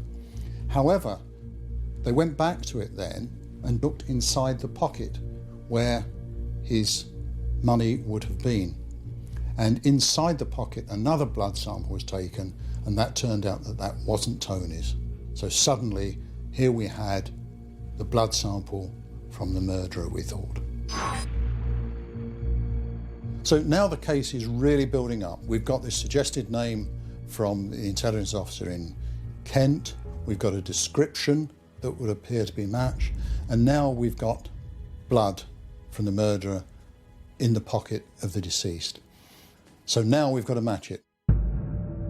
Clifton had been in prison before, but this was 1995, when personal profile details held on convicts were limited. Nowadays, it's quite routine for people coming into custody to have a mouth swab taken with a view to having their DNA recorded on the National DNA Database. But that wasn't the case way back then. So what we needed was a sample of Clifton's blood to compare with the blood of the third person from the crime scenes and from the MG Metro. The investigation was now a nationwide search, and Lancashire police gathered as much support as they could without naming their suspect. We always enjoyed a pretty good relationship with the police, and on this particular incident, it was outstanding, because partly the police needed us as well to help catch the guy. We decided to release the artist's impressions to the local paper. And that brought about another development. A young lady came to the police station and she said that based on the artist's impression, she thought that the person that we were looking for was none other than Terence Clifton. She explained that Terence had attended school in the area and, significantly, that he had been in the Morecambe area around the Christmas and New Year period of 1995. The witness went on to say that, that Clifton had arrived in the area in a big old BMW car that he'd driven up from London, but that he had sold it and bought another car locally. And it came as no surprise that that transaction took place at T&M Motors. In fact, the BMW was still lying in the yard at T&M when we went to check. He'd gone to trade this old car in, and he wasn't happy that Tony had only given him a couple £100 for it or something like that. And then he wanted money because there was petrol in the tank. And Tony took out his big wad of money and peeled off a £5 and said, you know, there's £5 for the petrol. And he very much resented that. The police now had an additional motive for the murders: revenge. So the woman who went into Morecambe Police Station to say she'd seen Clifton and knew him was able to tell us that he'd stayed with a family in Morecambe the night before the murders. And when we saw them, they were able to tell us, yes, he'd stayed there the night before. The people that Clifton had been staying with were also able to say that one day he came out onto the street where his car was parked to find that the tyres had been slashed, and he was extremely annoyed.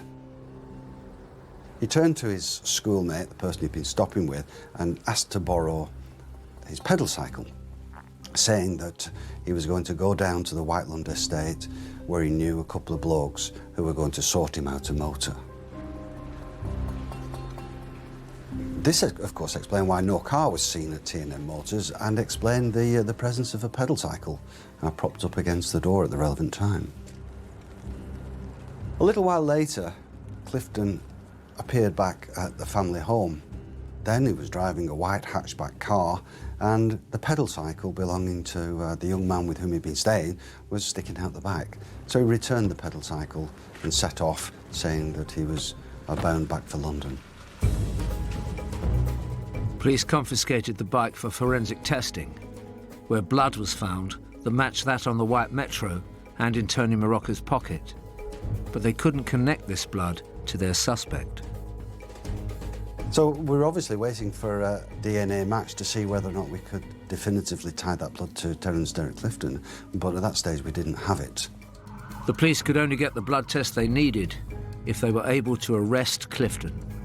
We'd already had officers down in London after the initial call, but now we sent more of a team down there to try to find him. And it was becoming very difficult. He certainly didn't make it easy for us. He was changing cars almost daily. And then he was moving from place to place where he was staying, and we always seemed to be a bit behind him.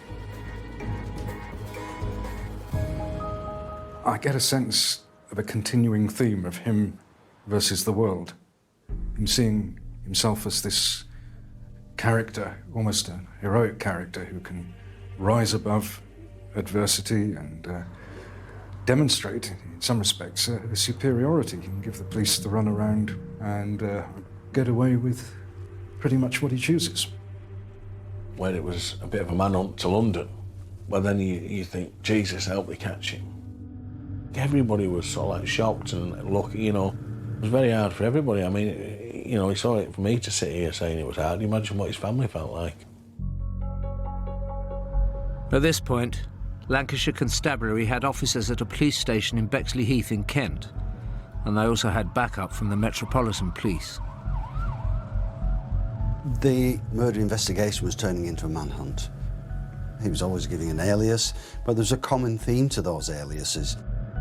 Whilst he was going around giving people false names and addresses to people who didn't know him, there were clues in it for us, because a lot of the names he was given were sort of mix and match of places he'd lived before and people who he'd known or relatives. At one of the addresses at which he'd stayed, we found a gold Belcher chain which he'd swapped for some cannabis. And we were able to take that to a jeweller in Lancaster who had repaired it, and he was able to identify it as being the chain he'd repaired for Tony Morocco. Then the manhunt suddenly turned a corner, when on the 27th of February 1995, 1 month into the investigation, police pursued a lead in Erith in Kent. Well, the officers went to the 7th floor flat of one of Clifton's ex-girlfriends, because we had reason to suspect he was there. So as they were going through the front door, the officer who was down on the ground saw Clifton backing out of the flat and holding a sawn-off shotgun, pointing in towards the flat. So we've now gone up a stage because he's armed and we know he's dangerous. But then he put the gun down and went over the balcony and then dropped down floor by floor. He just let go on each floor and dropped, and then just grabbed the railing of the flat below to slow himself down. And he did that all the way down to the ground, and then he ran off. After that, the press in London called him Spider-Man, and that was it. I think part of my feelings at the time was I wish he'd fell off that tower block halfway down. You know, the man was a psychopath. The police recovered the discarded shotgun, but now knew Clifton had access to firearms. He was now a huge danger to the public, and he was on the run. Then we took the unusual step of publicising his name. Normally you don't publish the names of suspects until somebody's charged. But with this man on the loose and being so dangerous, we had to do that in the hope that people would come forward and tell us where he is, because nobody wants him on the loose in their community, because if he can do this sort of thing, he might do the same to them. It was unnerving because the sheer brutality of it kept people on edge. They'd never known anything like it before. Somebody capable of doing that was capable of doing anything. Two grieving families, a community on guard, and an armed killer. It was more urgent than ever.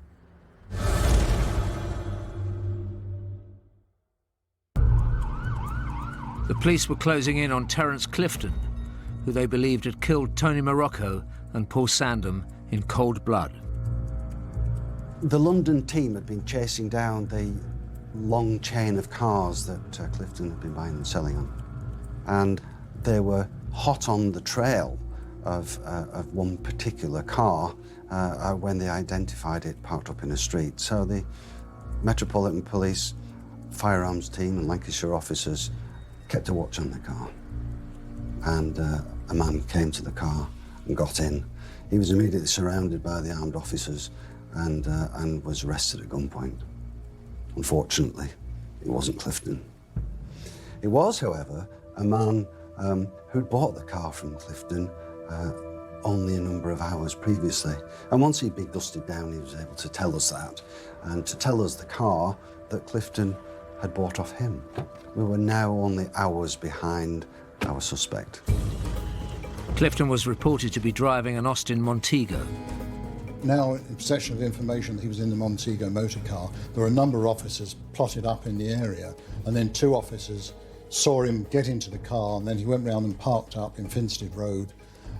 It was called in, and the armed team then went in, and he was arrested. He surrendered straight away. Finally, they'd got Clifton, arrested at gunpoint on the 6th of March 1995, 6 weeks after the murders. We had him now, and so it's a great relief that this man's no longer on the streets. He's a very dangerous man, and he's now locked up, so that was a huge relief. But then, you see, the job, from my end of things particularly, is really just starting, because now you've got to put all that evidence together to turn it into a case of admissible evidence. When news of the arrest came through, it came as a relief to us, and I think also to our readers and obviously the families, that we were able to print the fact that finally this person the police have been looking for so long and who had been involved in so many escape dramas had finally been arrested, and that we were getting somewhere. Police needed to prove that blood found on the stolen white Metro, the push bike connected to the crime, and in Tony Morocco's pocket, belonged to Clifton. They took DNA swabs from him and awaited the results. Yes, having been arrested down in London, then obviously he had to be brought up to Lancaster, where he was held. And we questioned him, and he thought he could be cleverer than us, if you like, because he was told briefly what the evidence was. And he said he happened to be walking through the White London Industrial Estate, like you do, and he'd seen this car parked at the roadside, the white Metro, with the keys in it and all the documents lying on the seat. And he just intended to steal the car. And that was his defence. He was rational, he was polite, he admitted the theft of the MG Metro, but claimed that he had nothing to do whatsoever with the murders. So, following the interviews, we decided that we were going to charge him, notwithstanding the fact that we didn't have the DNA evidence at that stage. We did feel that we had sufficient evidence to charge, and we did. Clifton was remanded in custody while he awaited trial, and several weeks later the results of his DNA swab came through, which, as police suspected, was a match with DNA evidence from the double murder. We had this man with a history of extreme violence. We had a man who knew the area, despite the fact he had a London address. He'd been to school in Morecambe. He was known to be in the area. He'd borrowed a bicycle to go to the garage and had come back later with the white Metro, with the bicycle in it, with blood on it, which was his blood. Then we had his blood in Tony Morocco's pocket at the scene. We then had footprints at the scene of that murder and at the scene of Paul Sandham's murder. We could link the two scenes again because of the earth from the field and the earth in the driver's footwell of the Toyota that Clifton had then driven back to the garage. We've got the Belcher chain that was found in London that he'd swapped for some cannabis, which we could then identify positively as being Tony Morocco's. So we got an awful lot of evidence to make a case for the prosecution. So in the next few months, Clifton made a number of appearances, both at the Crown Court and at the Magistrates' Court, as part of the process leading towards his eventual trial. His behaviour had deteriorated from that at the time of his interview. He assaulted a prison officer on one occasion and blew raspberries at the judge on another occasion. On Saturday, the 24th of June 1995, Clifton was due to be formally committed for trial at Lancashire Magistrates' Court. And then we came to the worst of all, his behaviour. He said he wanted private consultation with his solicitor, which he is entitled. So was taken into a room with his solicitor. Then he produced a sharpened telescopic car aerial, which he'd secreted within his rectum before he left prison, and then held this against his solicitor's throat and threatened him and took him hostage.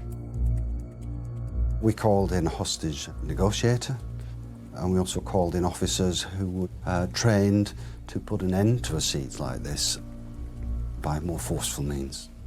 I remember getting a call from a colleague at quite an early hour of the morning to say that there was an incident in progress at Lancaster Magistrates' Court. At that time, I worked for the prison service, and I was on call for hostage negotiation situations. Dr. Need made his way to the court, while Lancashire police tried to manage the situation as best they could. As part of this siege, he called for an imam to come and speak to him, claiming that he was a convert to Islam, and the imam duly came and spoke to him and declared that, in his opinion, he wasn't a convert. When I arrived, everybody was rather tired, but above all, I think, attention focused on the well-being of the hostage. The siege itself, from the time we took him, lasted for some 21 hours. So it's gone on a long time. And of course, when you're dealing with somebody like that, who's not that well balanced and clearly dangerous, as time goes on, they're getting tired, and either they give up or they can get worse and worse. At the end, things were getting worse, and that's why there had to be a rapid intervention. It was decided that we should explore the possibility of tactical intervention, and that really centred upon separating Clifton from the hostage. And that was achieved by offering Clifton a cup of coffee, which he accepted and took a few steps over to reach for it. And at that point, the door to the room burst open and several gentlemen jumped on him. So it was brought to a peaceful resolution. It was erratic behaviour, and it may have been just part of the delaying tactics. I'm not sure what he felt that he had to gain by taking his solicitor hostage. It seemed to me to be the last turn of the card of an increasingly desperate man. Clifton's troublemaking continued. He sacked his defence lawyer and told police he would represent himself. The trial at Preston Crown Court didn't happen for 2 years. So eventually he came up for trial in January of 1997. And then when it came to the day of trial, he refused to come out of the cell and face his own trial. Because Clifton was unrepresented, it meant that the witnesses were not cross-examined, although the judge maintained the impartiality of the trial by asking pertinent questions of the witnesses himself. But nonetheless, the pace of the trial was much quicker than you would normally expect. And I recall that on one occasion, in excess of 30 witnesses in one day were heard. At the trial, the injuries sustained by Tony Morocco were so bad, it took the pathologist like 45 minutes just to describe the injuries. And the family sat through all that. The jury didn't take a long time at all to convict him of the murders. in a matter of 40 minutes or so, they'd returned unanimous verdicts of guilty to 2 offences of murder and 1 of the theft of the white MG car. All that was left was to sentence Clifton for his horrific crimes. The judge insisted, quite rightly, he'd be brought up for sentencing, and he wasn't for going quietly. And it took 9 prison officers a long time, having to have him wrap him in sheets to stop him kicking and punching and biting the officers, and they carried him up to the dock where he heard the sentence. He was sentenced to life imprisonment twice over for each of the murders and 4 years for stealing the car. The family who'd sat throughout the trial listened to the dreadful things that happened to their relatives, and I think they were very relieved at the outcome of the trial and the fact that he was going away, hopefully forever. It was the most shocking and demanding investigation Lancashire police had ever seen, but finally it had come to an end. The chain of events, working backwards from the siege to the escape from the balcony, the fact that it was a double murder, the fact that it was a manhunt, I just don't think that anybody could have written a credible script that could have fitted our scenario. We knew we weren't far away, and we knew if we kept going, then eventually we'd get him, and we did. After 3 months playing cat and mouse with the police, a sensational escape and a hostage situation, Terry Clifton would be an old man if and when he was ever released. And finally, the town of Morecambe could start trying to get back to normal. With 5-star reviews across the board and immense performances from Jodie Foster and Kaylee Reese, True Detective Night Country is available now on Sky Atlantic.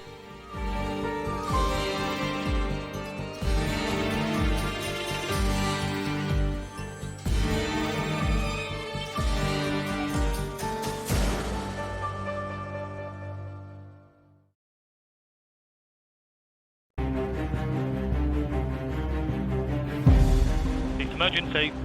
I think we've been burgled and my wife's been attacked. Please, can you send someone quickly? Yeah, I am. Police have launched a murder investigation after a woman was found dead at her home in Middlesbrough. I was absolutely terrified, thinking, what if somebody got in my house? It felt like there was a serial killer at large and you wondered if they were going to do it again. When a successful pharmacist is found murdered, her devastated husband goes into shock. No, Jess, come on, baby, wake up. Baby, wake up. And a community is torn apart. You won't believe, obviously, what we went through and the level of betrayal there. It was a shock.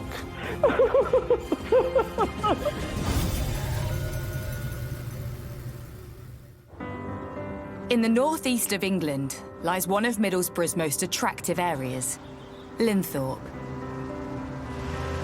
It's quite an affluent area. Big houses, quite leafy, long driveways, nice cars on the drive, professional people live there.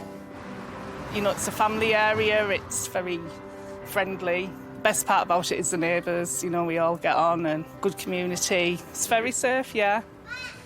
Very safe. In the heart of the community were a couple named Jessica and Mitesh, who owned a pharmacy in the village. We've got a chemist here actually on our doorstep. It's a husband and wife team, so they work together. The couple are really friendly people, helpful. Whatever you need, they're always there for you to help you out. You know, any advice that you need, they're always there. Both Jessica and Mitesh were from large Hindu families in West Yorkshire. We grew up in a joint family, so there was 12 of us in my household. Jessica was the first child, a happy, calm child to what I remember. She was a good child, never any bother. Very fond memories of growing up with Jess, because we were only probably about 18 months apart in age, so quite close together. She was always fun to be around, because she was always happy no matter what, always had a smile on her face. Jessica had big plans for her future and went to study at Manchester University. Jessica always said that she wanted to be a pharmacist. She always wanted to help people. That was her thing. It was at university that Jessica met Mitesh, and the pair quickly struck up a relationship together. I think Jessica's mum was ill around the time that they got together, and Mitesh was support for Jessica and would, you know, say all the right things, buy her presents, teddy bears, things like that. He was constantly showering her with gifts. I think she must have had like 50 plus Me to You teddy bears in her collection because we shared a room. They were like dotted all over the room. And she was just really happy. I got privy to a lot of their evening conversations at bedtime. Mitesh and Jessica would often be on the phone, and because we were sharing a room, it would be a case of her saying to him, "You put the phone down," and he'd be like, "No, you put the phone down." They seemed just like a happy couple, or a happy young uni couple. Jessica's mother sadly passed away, but Mitesh helped her through this difficult time, and the couple soon mapped out their future together, despite some initial resistance. Initially, when Jessica approached Dad about getting married, he wasn't so ecstatic about it. He didn't think they were a suitable match for Jessica, but Jessica persisted. She insisted that she loved him, and vice versa. She wouldn't take a no. So, of course, obviously, in this day and age, we know that we can't force our child. And when she says that, "No, Dad, if I marry, it's him that I'm going to marry." But if that's the man she wants to marry, then that be it then. In July 2009, the couple threw a big Indian wedding. The marriage took place here in my garden. It was the first wedding within the Patel or the Hindu community that had 500 or 600 people. Newly married, the couple set their sights on a fresh start and set up home among the village community of Linthorpe. They got a lease on Roman Road Pharmacy and then bought a house on the avenue. A lovely big house which needed work doing, so they spent time renovating it and building up their pharmacy, you know, becoming well-known people in the community. Having both a successful business and a new home in place, there was just one thing missing from their perfect life. Jessica wanted to be a mother. She's always had a very motherly and a maternal instinct. Being the oldest sibling out of all 6 of us as well, she was always that much more maternal. And she wanted children of her own. I think it's something they'd thought about for years. Apparently, the couple struggled to fall pregnant, so started undergoing a course of IVF treatment, which I can only assume is a really grueling process, and that shows how much they must really wanted a child. She expressed to me that it wasn't working naturally and that they were going to be starting IVF. All in all, Jessica went through 3 rounds of IVF that were unsuccessful. Each time she would ring me and she would say it didn't work, and she would be heartbroken that it hadn't worked, and I think the emotional distress of it all was just too much. She'd just come back off holiday and we were talking in the evening, and she was just telling me about the IVF and this 4th round. She was so happy because this round was a positive round. She said that it looks like it's going really well. They managed to freeze 3 embryos, and in June, so within a matter of weeks, she was due to have them implanted, and she was so positive they were going to work this time. The happiness was in her. I can't even describe how happy she was, because that dream of becoming a mother was just about to materialise for her.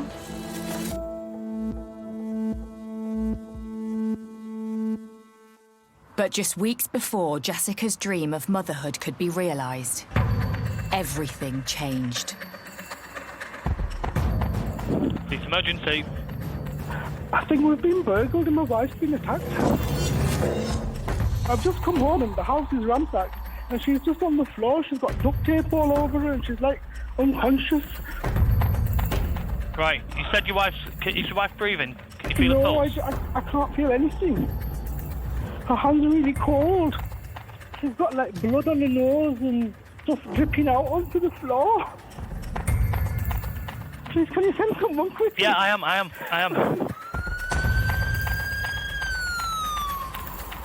Yeah. Okay, listen. The police are outside. Can you let the police officers in? It's Jessica. I'll leave her with you, okay? Police and paramedics rush into the house and find Jessica in the living room. They try resuscitating her, but she is pronounced dead at the scene.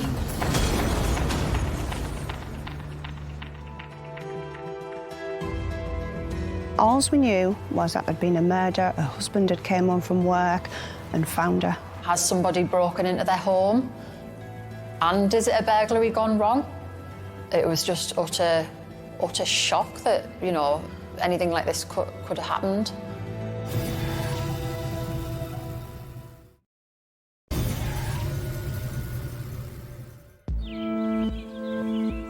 In the picturesque village of Linthorpe, the community is waking up, reeling at news of a murder.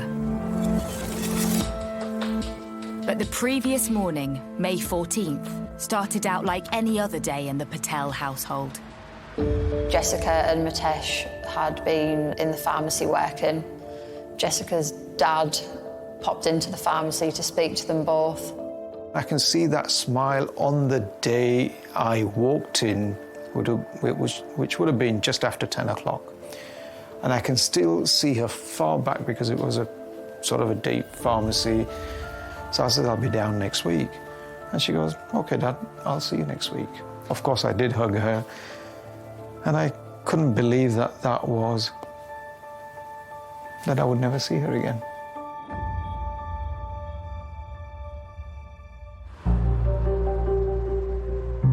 Mitesh worked the early shift, leaving the pharmacy to spend the afternoon at the gym.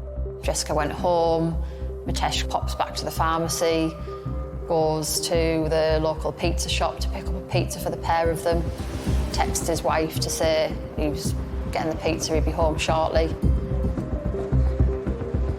He came from the chemist roughly around about 7:30.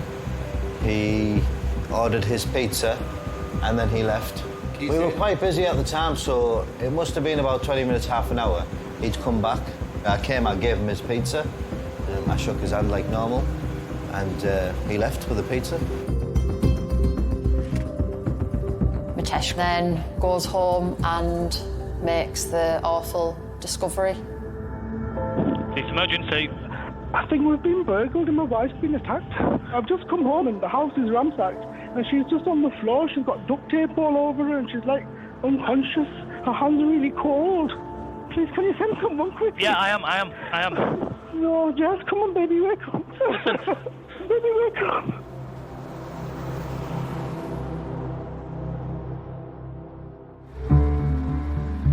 Cleveland police respond immediately and preserve the crime scene. We have in the investigation what we call the golden hour. The first hour is critical because the evidence is contained in the scene and it's nearby. You seal the scene totally and nobody, absolutely nobody, including the husband, goes back indoors. Once that's happened, we'll talk to the witness and get the story of events. News of the attack soon spreads. I just came back from a friend's house. I couldn't get into the road. Loads of armed police, 2 ambulances. It was like a movie, like something you'd see out of a movie. To be honest, it was absolutely horrendous. Police have launched a murder investigation after a woman was found dead at her home in Middlesbrough. Officers were called to a house on the avenue in Linthorpe at 8:20 on Monday evening. 34-year-old Jessica Patel, originally from the Leeds area, was found with serious injuries at an address in Linthorpe and was pronounced dead at the scene. Detectives are appealing to anyone who may have seen... I got a call from my younger sister and she just said to me that something's happened in Middlesbrough. So I asked her, I was like, you know, is everything okay? She says, I don't know, Dad's gone. We're just going to wait and see when Dad gets there what he says. So I said, okay, keep me updated. But when I woke up, I saw my husband sat at the end of our bed. I sort of sat up and I looked at him. And when I looked at him, I thought, something's not right. And he turned around to me and he just said to me, I've got no easy way to say this to you, but Jess passed away last night. I think those words in that instant hit me like a ton of bricks. My heart started racing a lot like it's racing now. Just thinking of that moment, I didn't want to believe him. That can't be true. You know, how could this just suddenly have happened? I remember calling Dad, and Dad's confirming that it was true. Something had happened, a burglar had got in, and Jessica had been harmed in the process, and that she'd been killed. After receiving the devastating news, Jessica's family immediately rally round and make their way to the family home to support her husband, Mitesh. I walked into their main living room where Mitesh was sat on the sofa, and I went straight over to him, sat down next to him, and he buried his head into my shoulder and was crying. I consoled him and just hugged him and told him that no matter what, we were there to support him. I myself was crying. The whole room, to be honest, was crying. Everyone was upset. News of Jessica's murder sends shockwaves through the village. I can't really know that. How can a murder happen in this beautiful place? It's a Linthorpe village area, everyone's friendly, and, you know, all of a sudden you actually hear, right, that she's been killed. And you think, you know, how can somebody do that, especially to a chemist, a pharmacist person who's actually, you know, there to help you. How it happened to beautiful Jessica, you know, and she was so lovely, and you can't even imagine how someone can kill her. It's a fear. It's a lot. I no words, really. It felt like there was a serial killer at large, and you wondered if they were going to do it again. With such a big story breaking in the close-knit village community, local journalist Felicity Collinson is hot on the case from the off. I went out to the scene, and the street was just like really quiet. You know, it was quite like an eerie quietness that morning. Cordon had now been moved to just around the house. It was just covering the driveway. There was forensics in white suits walking in and out of the house, carrying cases in and brown envelopes, evidence bags. There was CSI vans, uniformed police officers on guard. I started to knock on neighbours' doors to try and find out what had happened. With Mitesh too distraught to speak, it was left to neighbours to speculate what had happened. Had someone targeted this young, successful couple out of jealousy? A lot of people have been saying that there's been a burglary in the house. Obviously, they look like a wealthy couple because they have quite a wealthy house, you know, and obviously having the pharmacy and everything. Someone who knew them, possibly, had, you know, took a chance to burgle them, maybe thought she had money, maybe jewellery, and that's where it was, and she was just in the wrong place, the wrong time. We check our doors, even windows, and make sure, put alarm on, put everything on to go out, and we don't let our kids go. I was absolutely terrified, thinking, what if somebody got in my house? What if that happened to me? You know, I've got children. I was absolutely terrified. Was it somebody who thought that the couple had money with them having the pharmacy? You know, did they have a safe in there where they kept the take-ins? You know, could somebody have broken in for that? Or was it somebody who needed or wanted drugs and believed that they may have kept drugs in the house? Or was it a big mistake that they'd got the wrong house? While a grieving Mitesh stays with the family, police take a closer look at the crime scene. And one thing jumps out immediately. There's no sign of a forced entry. Meaning one thing, Jessica knew her attacker. If there's no sign of forced entry, it looks like they've got in through an open door, which suggests that the victim would know them and allow them in. Everybody is a suspect till they're eliminated, without exception. So what we've now got to try and do is eliminate those who couldn't have been there at the time. With no sign of a break-in, everyone known to Jessica is under suspicion. Could husband Mitesh offer clues as to who his wife may have let in the house? The neighbour said she opens the door far too easily, far too quickly. Neighbours saying about her being very nice, very trusting, too trusting, would allow anybody in the house without checking their identity. And therefore we'd have to look at that, because if there's no forced entry, we will be worried about somebody who's just been let in the house. Does she have a relationship with another man or another person?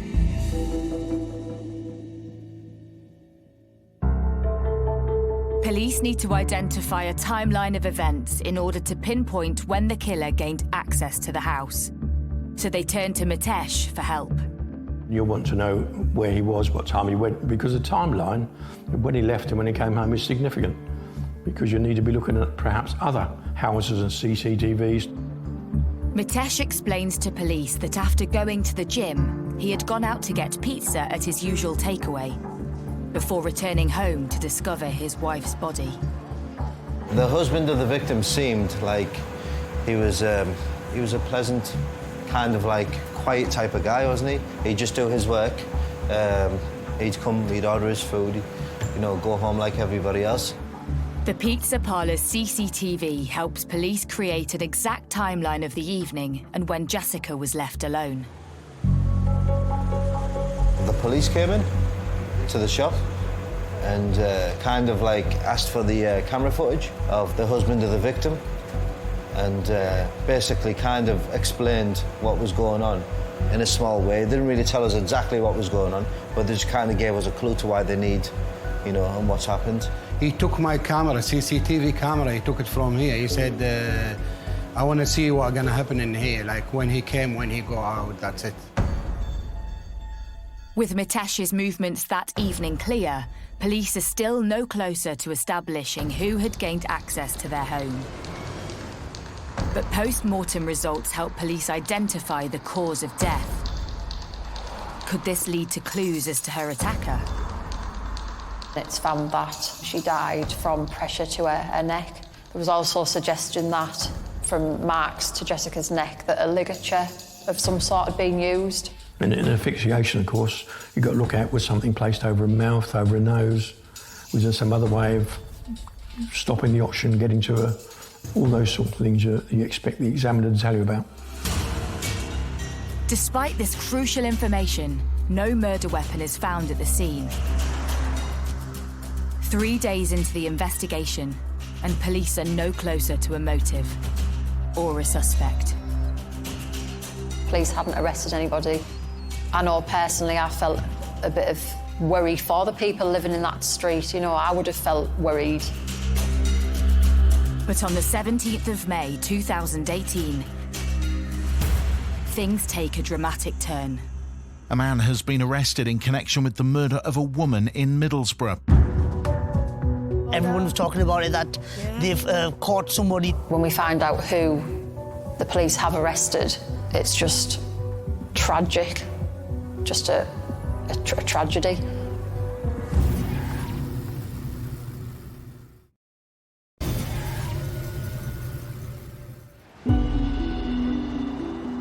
In the pretty village of Linthorpe, the close-knit community has been coming to terms with the murder of local pharmacist Jessica Patel.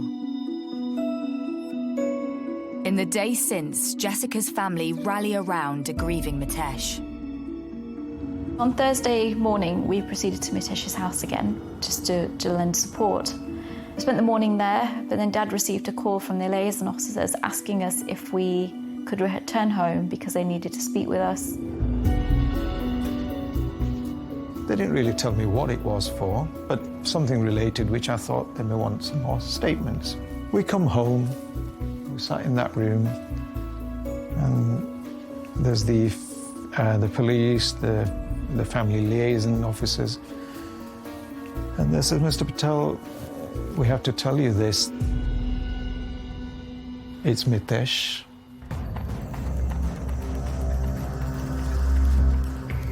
And we're arresting him. And I says, hang on, what did you say? And they repeated it, where I says, look, have you got it right? And they said yes. They assured me that it's him, and as we speak, We're arresting him.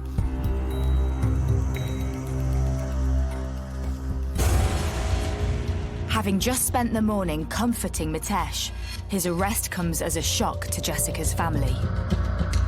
You can't help but think that why would he do it? You know, what reason could he possibly have for having to murder Jessica? At the same time, you're like, have you got the right person? Because if you haven't, that person's getting away. Yesterday afternoon, police arrested a 37-year-old man in the West Yorkshire police area on suspicion of murder following the death of 34-year-old Jessica Patel in Middlesbrough on Monday. The man remains in police custody. News of Mitesh's arrest becomes public and locals react in horror. How could this loving husband and pillar of the community have anything to do with such a brutal killing? It was a bit of a shock, to be honest with you, because we thought of them as, you know, good people, normal people. We didn't think anything was going on in their home. We were all just so shocked, gobsmacked, really. We're still thinking, is this really a husband who's been, you know, arrested for her murder? You know, he's a pharmacist, she's a pharmacist. You just don't expect this at all. So what had led to the arrest of Jessica's seemingly besotted husband? The man she'd been looking forward to starting a family with. The police are still searching the house, you know, for evidence and clues. And then there's a breakthrough. The senior crime officers find a hard drive wrapped in clothing underneath the mattress. It has a serial number on it which relates to the CCTV in the house. When police had previously spoken to Mitesh, there had been no mention of this CCTV. Surely the first thing that you would do, or one of the first things you would do if your wife had been murdered, is think, oh, we've got CCTV. The footage of the killer will be on our CCTV. But there was no mention of this at all from Mitesh. Police examined the CCTV footage from the hard drive. It shows that it was switched off or taken or removed 6 minutes before he called the police for the 999 call. Police rewind the footage to look for any clues earlier in the day. But what they find shocks them. The CCTV shows that at 3:30 p.m, Mitesh returned home from the gym, but never left to get pizza before Jessica came home from work at 7 p.m. Instead, Mitesh doesn't leave the house till 7:42 p.m. and then returns home with the pizza at 8:15 p.m. 4 minutes later, the camera is switched off. This is a crucial piece of evidence because it doesn't show any other person entering or leaving the house other than Jessica and Mitesh. You know, there's no other, you know, intruder or person sneaking around. Mitesh calls police at 8:24 p.m. to report finding his wife dead. With no sign of anyone else coming to the house, police hone in on their now number one suspect. So now he becomes the prime suspect. We now need to look at what's the motive. So you'll extend the investigation and you'll also start looking now at all his personal life and personal technology he has. Has he got an app on his phone? What does his computer say? And the family computer drops a bombshell discovery. There was searches on his computer, you know, how to kill my wife.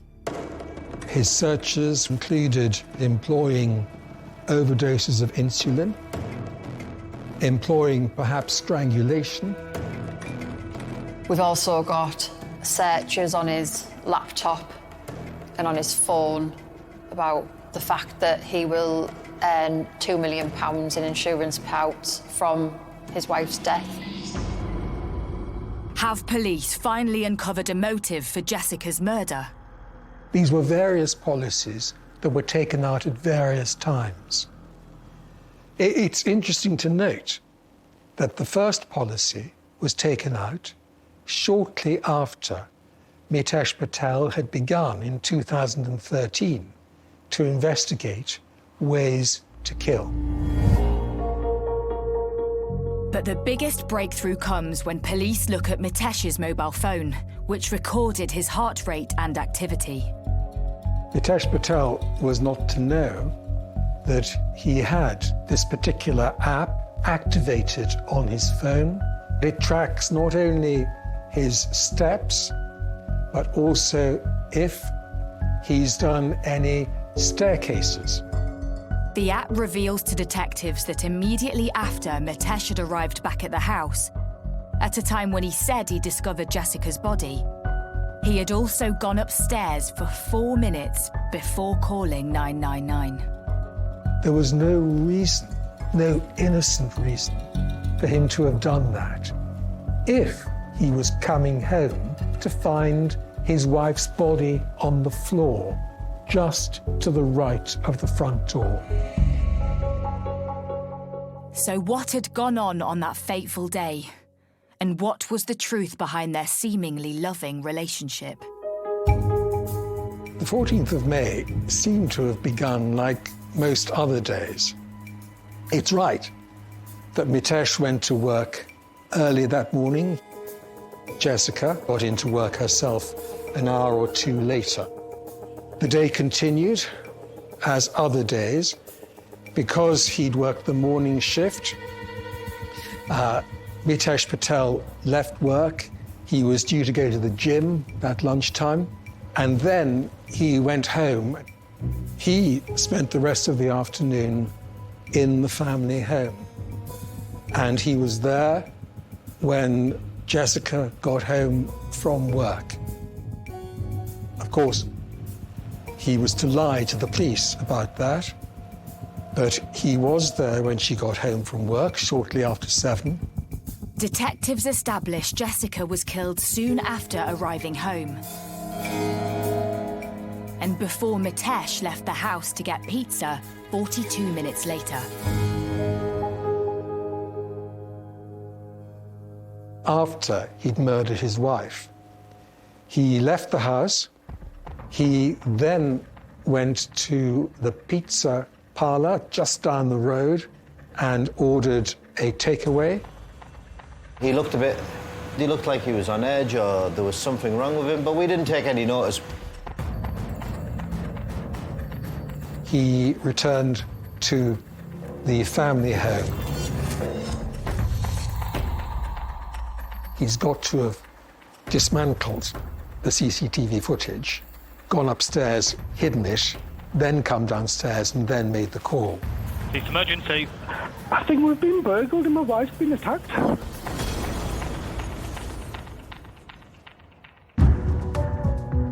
Confident they have their man, Cleveland police make the decision to charge Mitesh for the murder of Jessica. To be honest with you, after all that and how I was feeling, and for this to happen, you wouldn't believe, obviously, what we went through. Having portrayed himself as the devoted husband, running a successful business with his wife and planning to start a family together, the truth behind this perfectly cultured facade was starting to unravel. When Jessica got married to Mitesh, I think she thought that she was going to have this lovely life with this great guy who'd bought her presents and supported her through her mother's illness. But then the cracks started to show early on in the marriage. One of the things that she found difficult was that there was not a great deal, if any, sexual activity between her and her husband. Desperate to start a family, Jessica sought IVF treatment as an alternative way to have children. But this took a destructive toll on her well-being and the couple's relationship. She was injecting herself in the stomach with steroids and all sorts, and at the time she ended up on antidepressants. She became such an anxious person. Mitesh would quite often blackmail her by telling her that he would leave her and their relationship would be over if she was unwilling to carry on with going through the rounds of IVF. And I think for her, that relationship falling apart would mean her dreams falling apart. Soon enough, Mitesh's dark side was to reveal itself. Not long after they were married, Jessica's grandfather gets ill. And in his final days, she wants to obviously spend time with her family and her grandfather. Mitesh wouldn't let her do this. And there's reports that in the car one day, she's sort of like trying to put her case for wanting to go and see her grandfather, and he doesn't want her to, and he apparently hits her. She told a family member that he put his hands around her neck and that it hurt. A pharmacy worker had seen Jessica limping, and apparently Mitesh had thrown a mobile phone at her. And as time went on, she became not just less bubbly, but more withdrawn and even losing weight. And we all came to understand that which Jessica's family suspected, that she was being controlled and kept apart from her own blood family.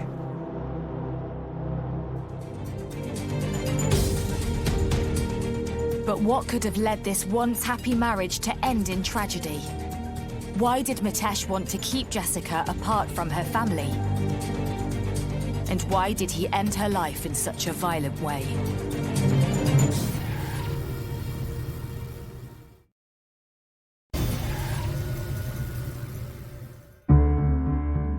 "37-year-old pharmacist Mitesh Patel has been charged with the murder of his wife Jessica in their home in the village of Linthorpe.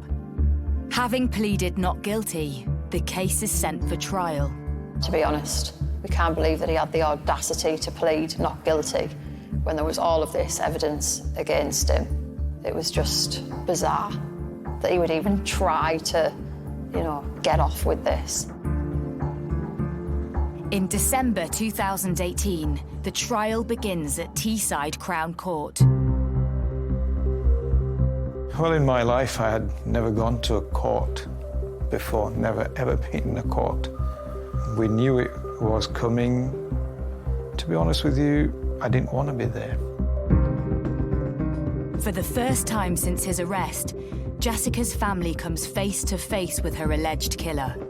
There was a couple of times that he had the opportunity to make eye contact with the family. There was clearly no compassion in him for the fact that he had lost his wife so horrendously.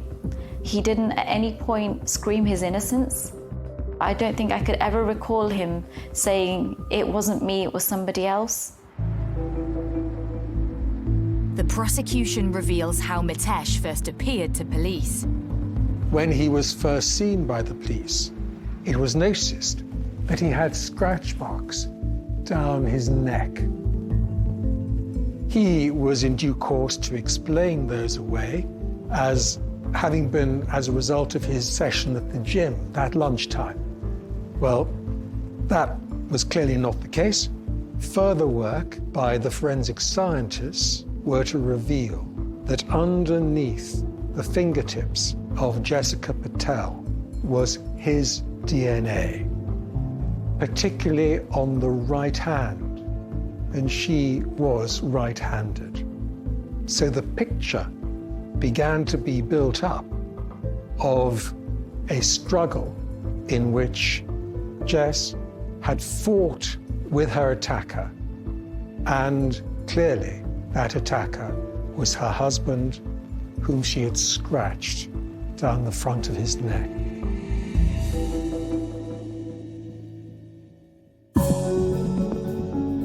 Police have never revealed what they believe to have been the murder weapon until now. It's found that she died from pressure to her neck.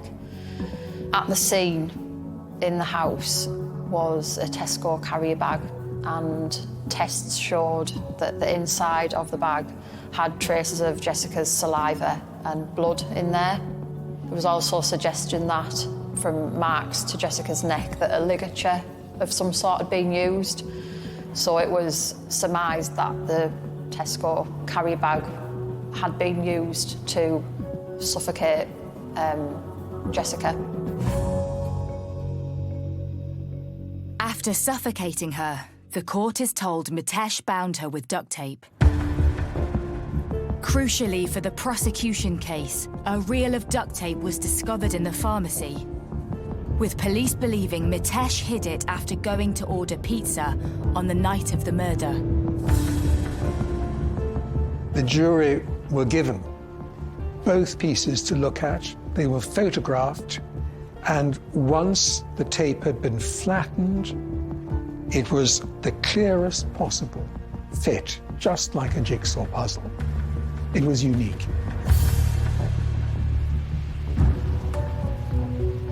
I was present at the court every single day. I think 95% of what came out in that courtroom we were unprepared for. There was only 5% of that we went in knowing, and that 95% was devastating.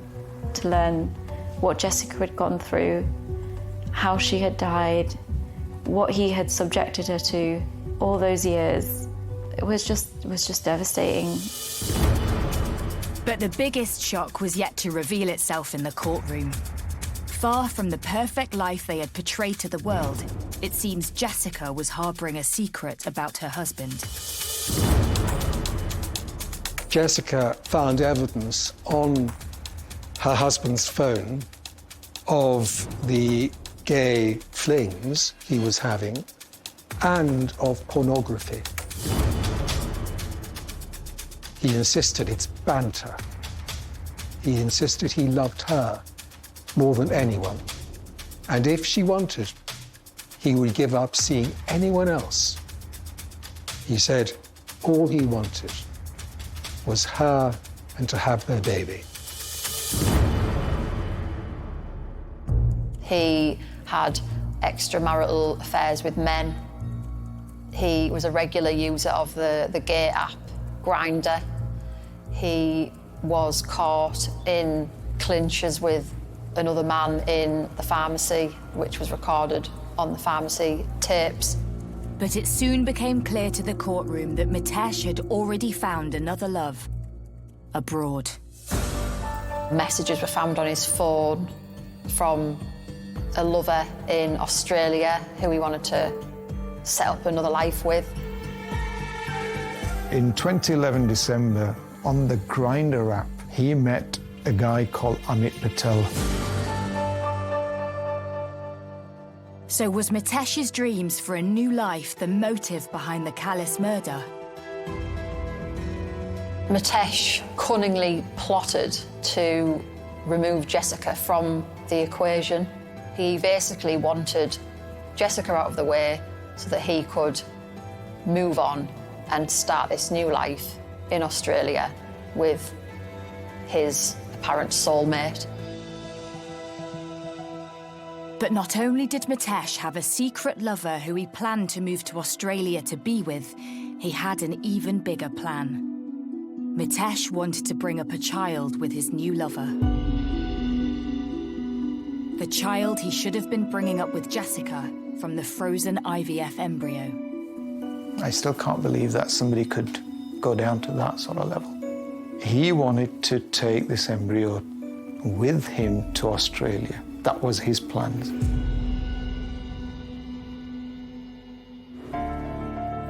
After a grueling 12-day trial at Teesside Crown Court, the jury returns its verdict.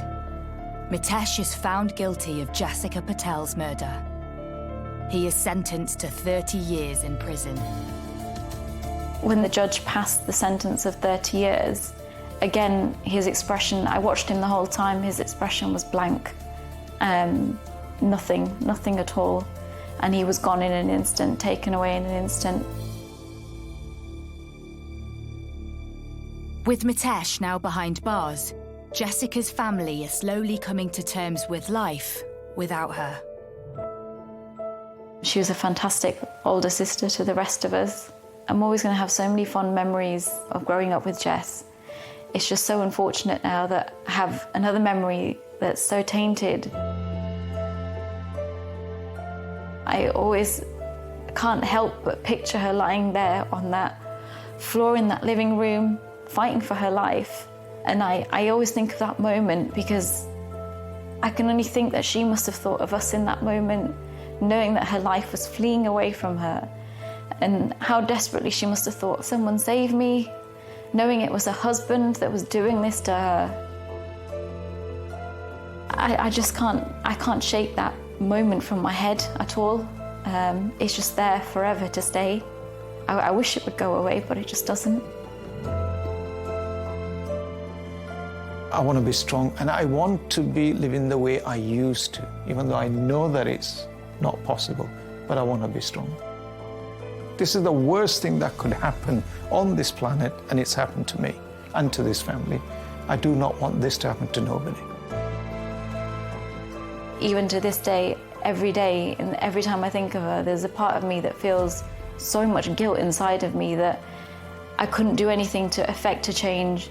I didn't notice what was going on, but obviously there's no going back. There's no changing or undoing what's happened.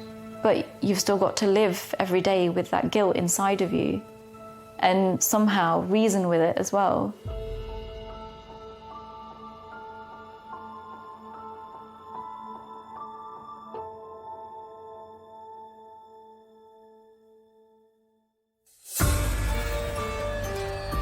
There's a shift with the Force Northeast up for grabs, but watch out, it's going to be anything but plain sailing. That's Saturday at 10 on Sky Mix.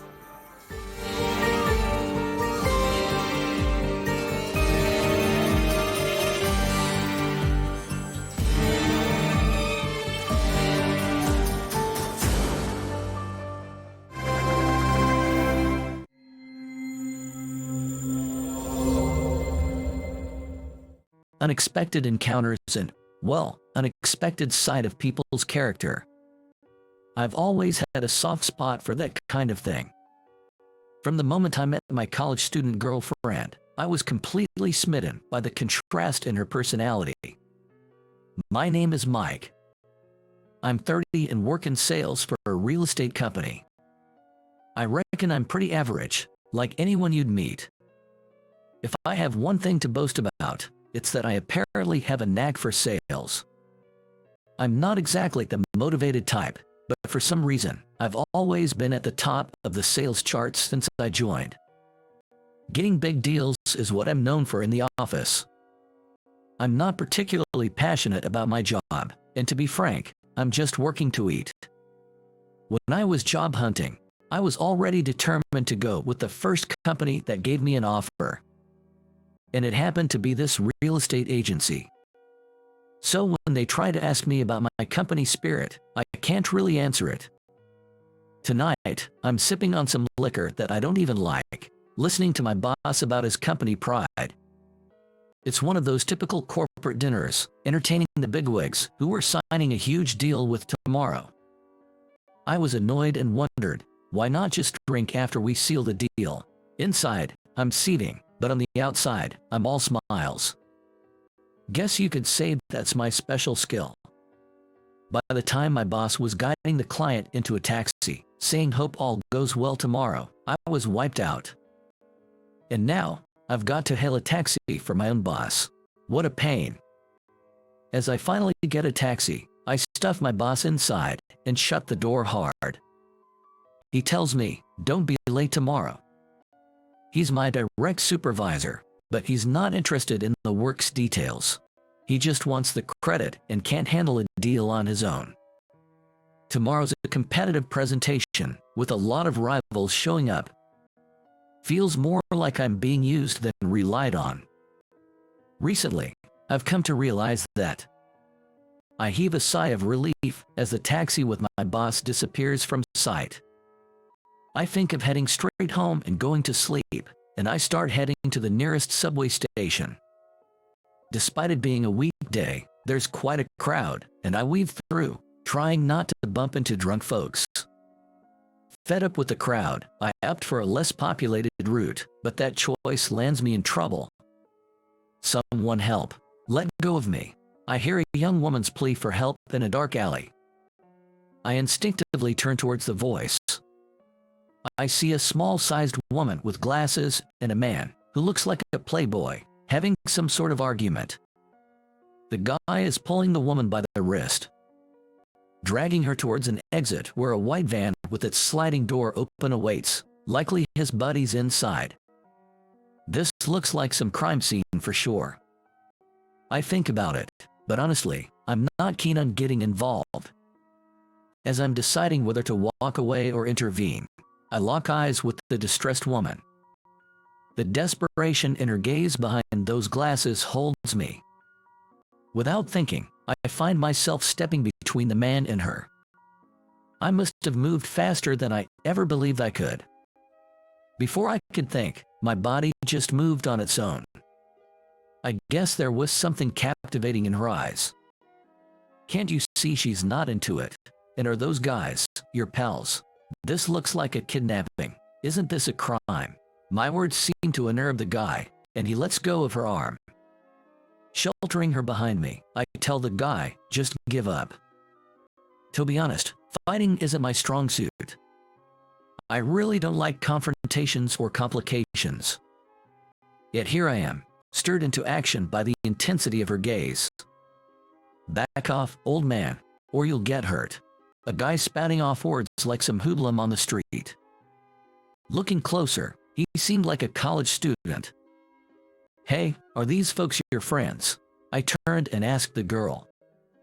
I've seen him around campus, but I have no association with him. She responded firmly. The guy momentarily looked hurt by her words.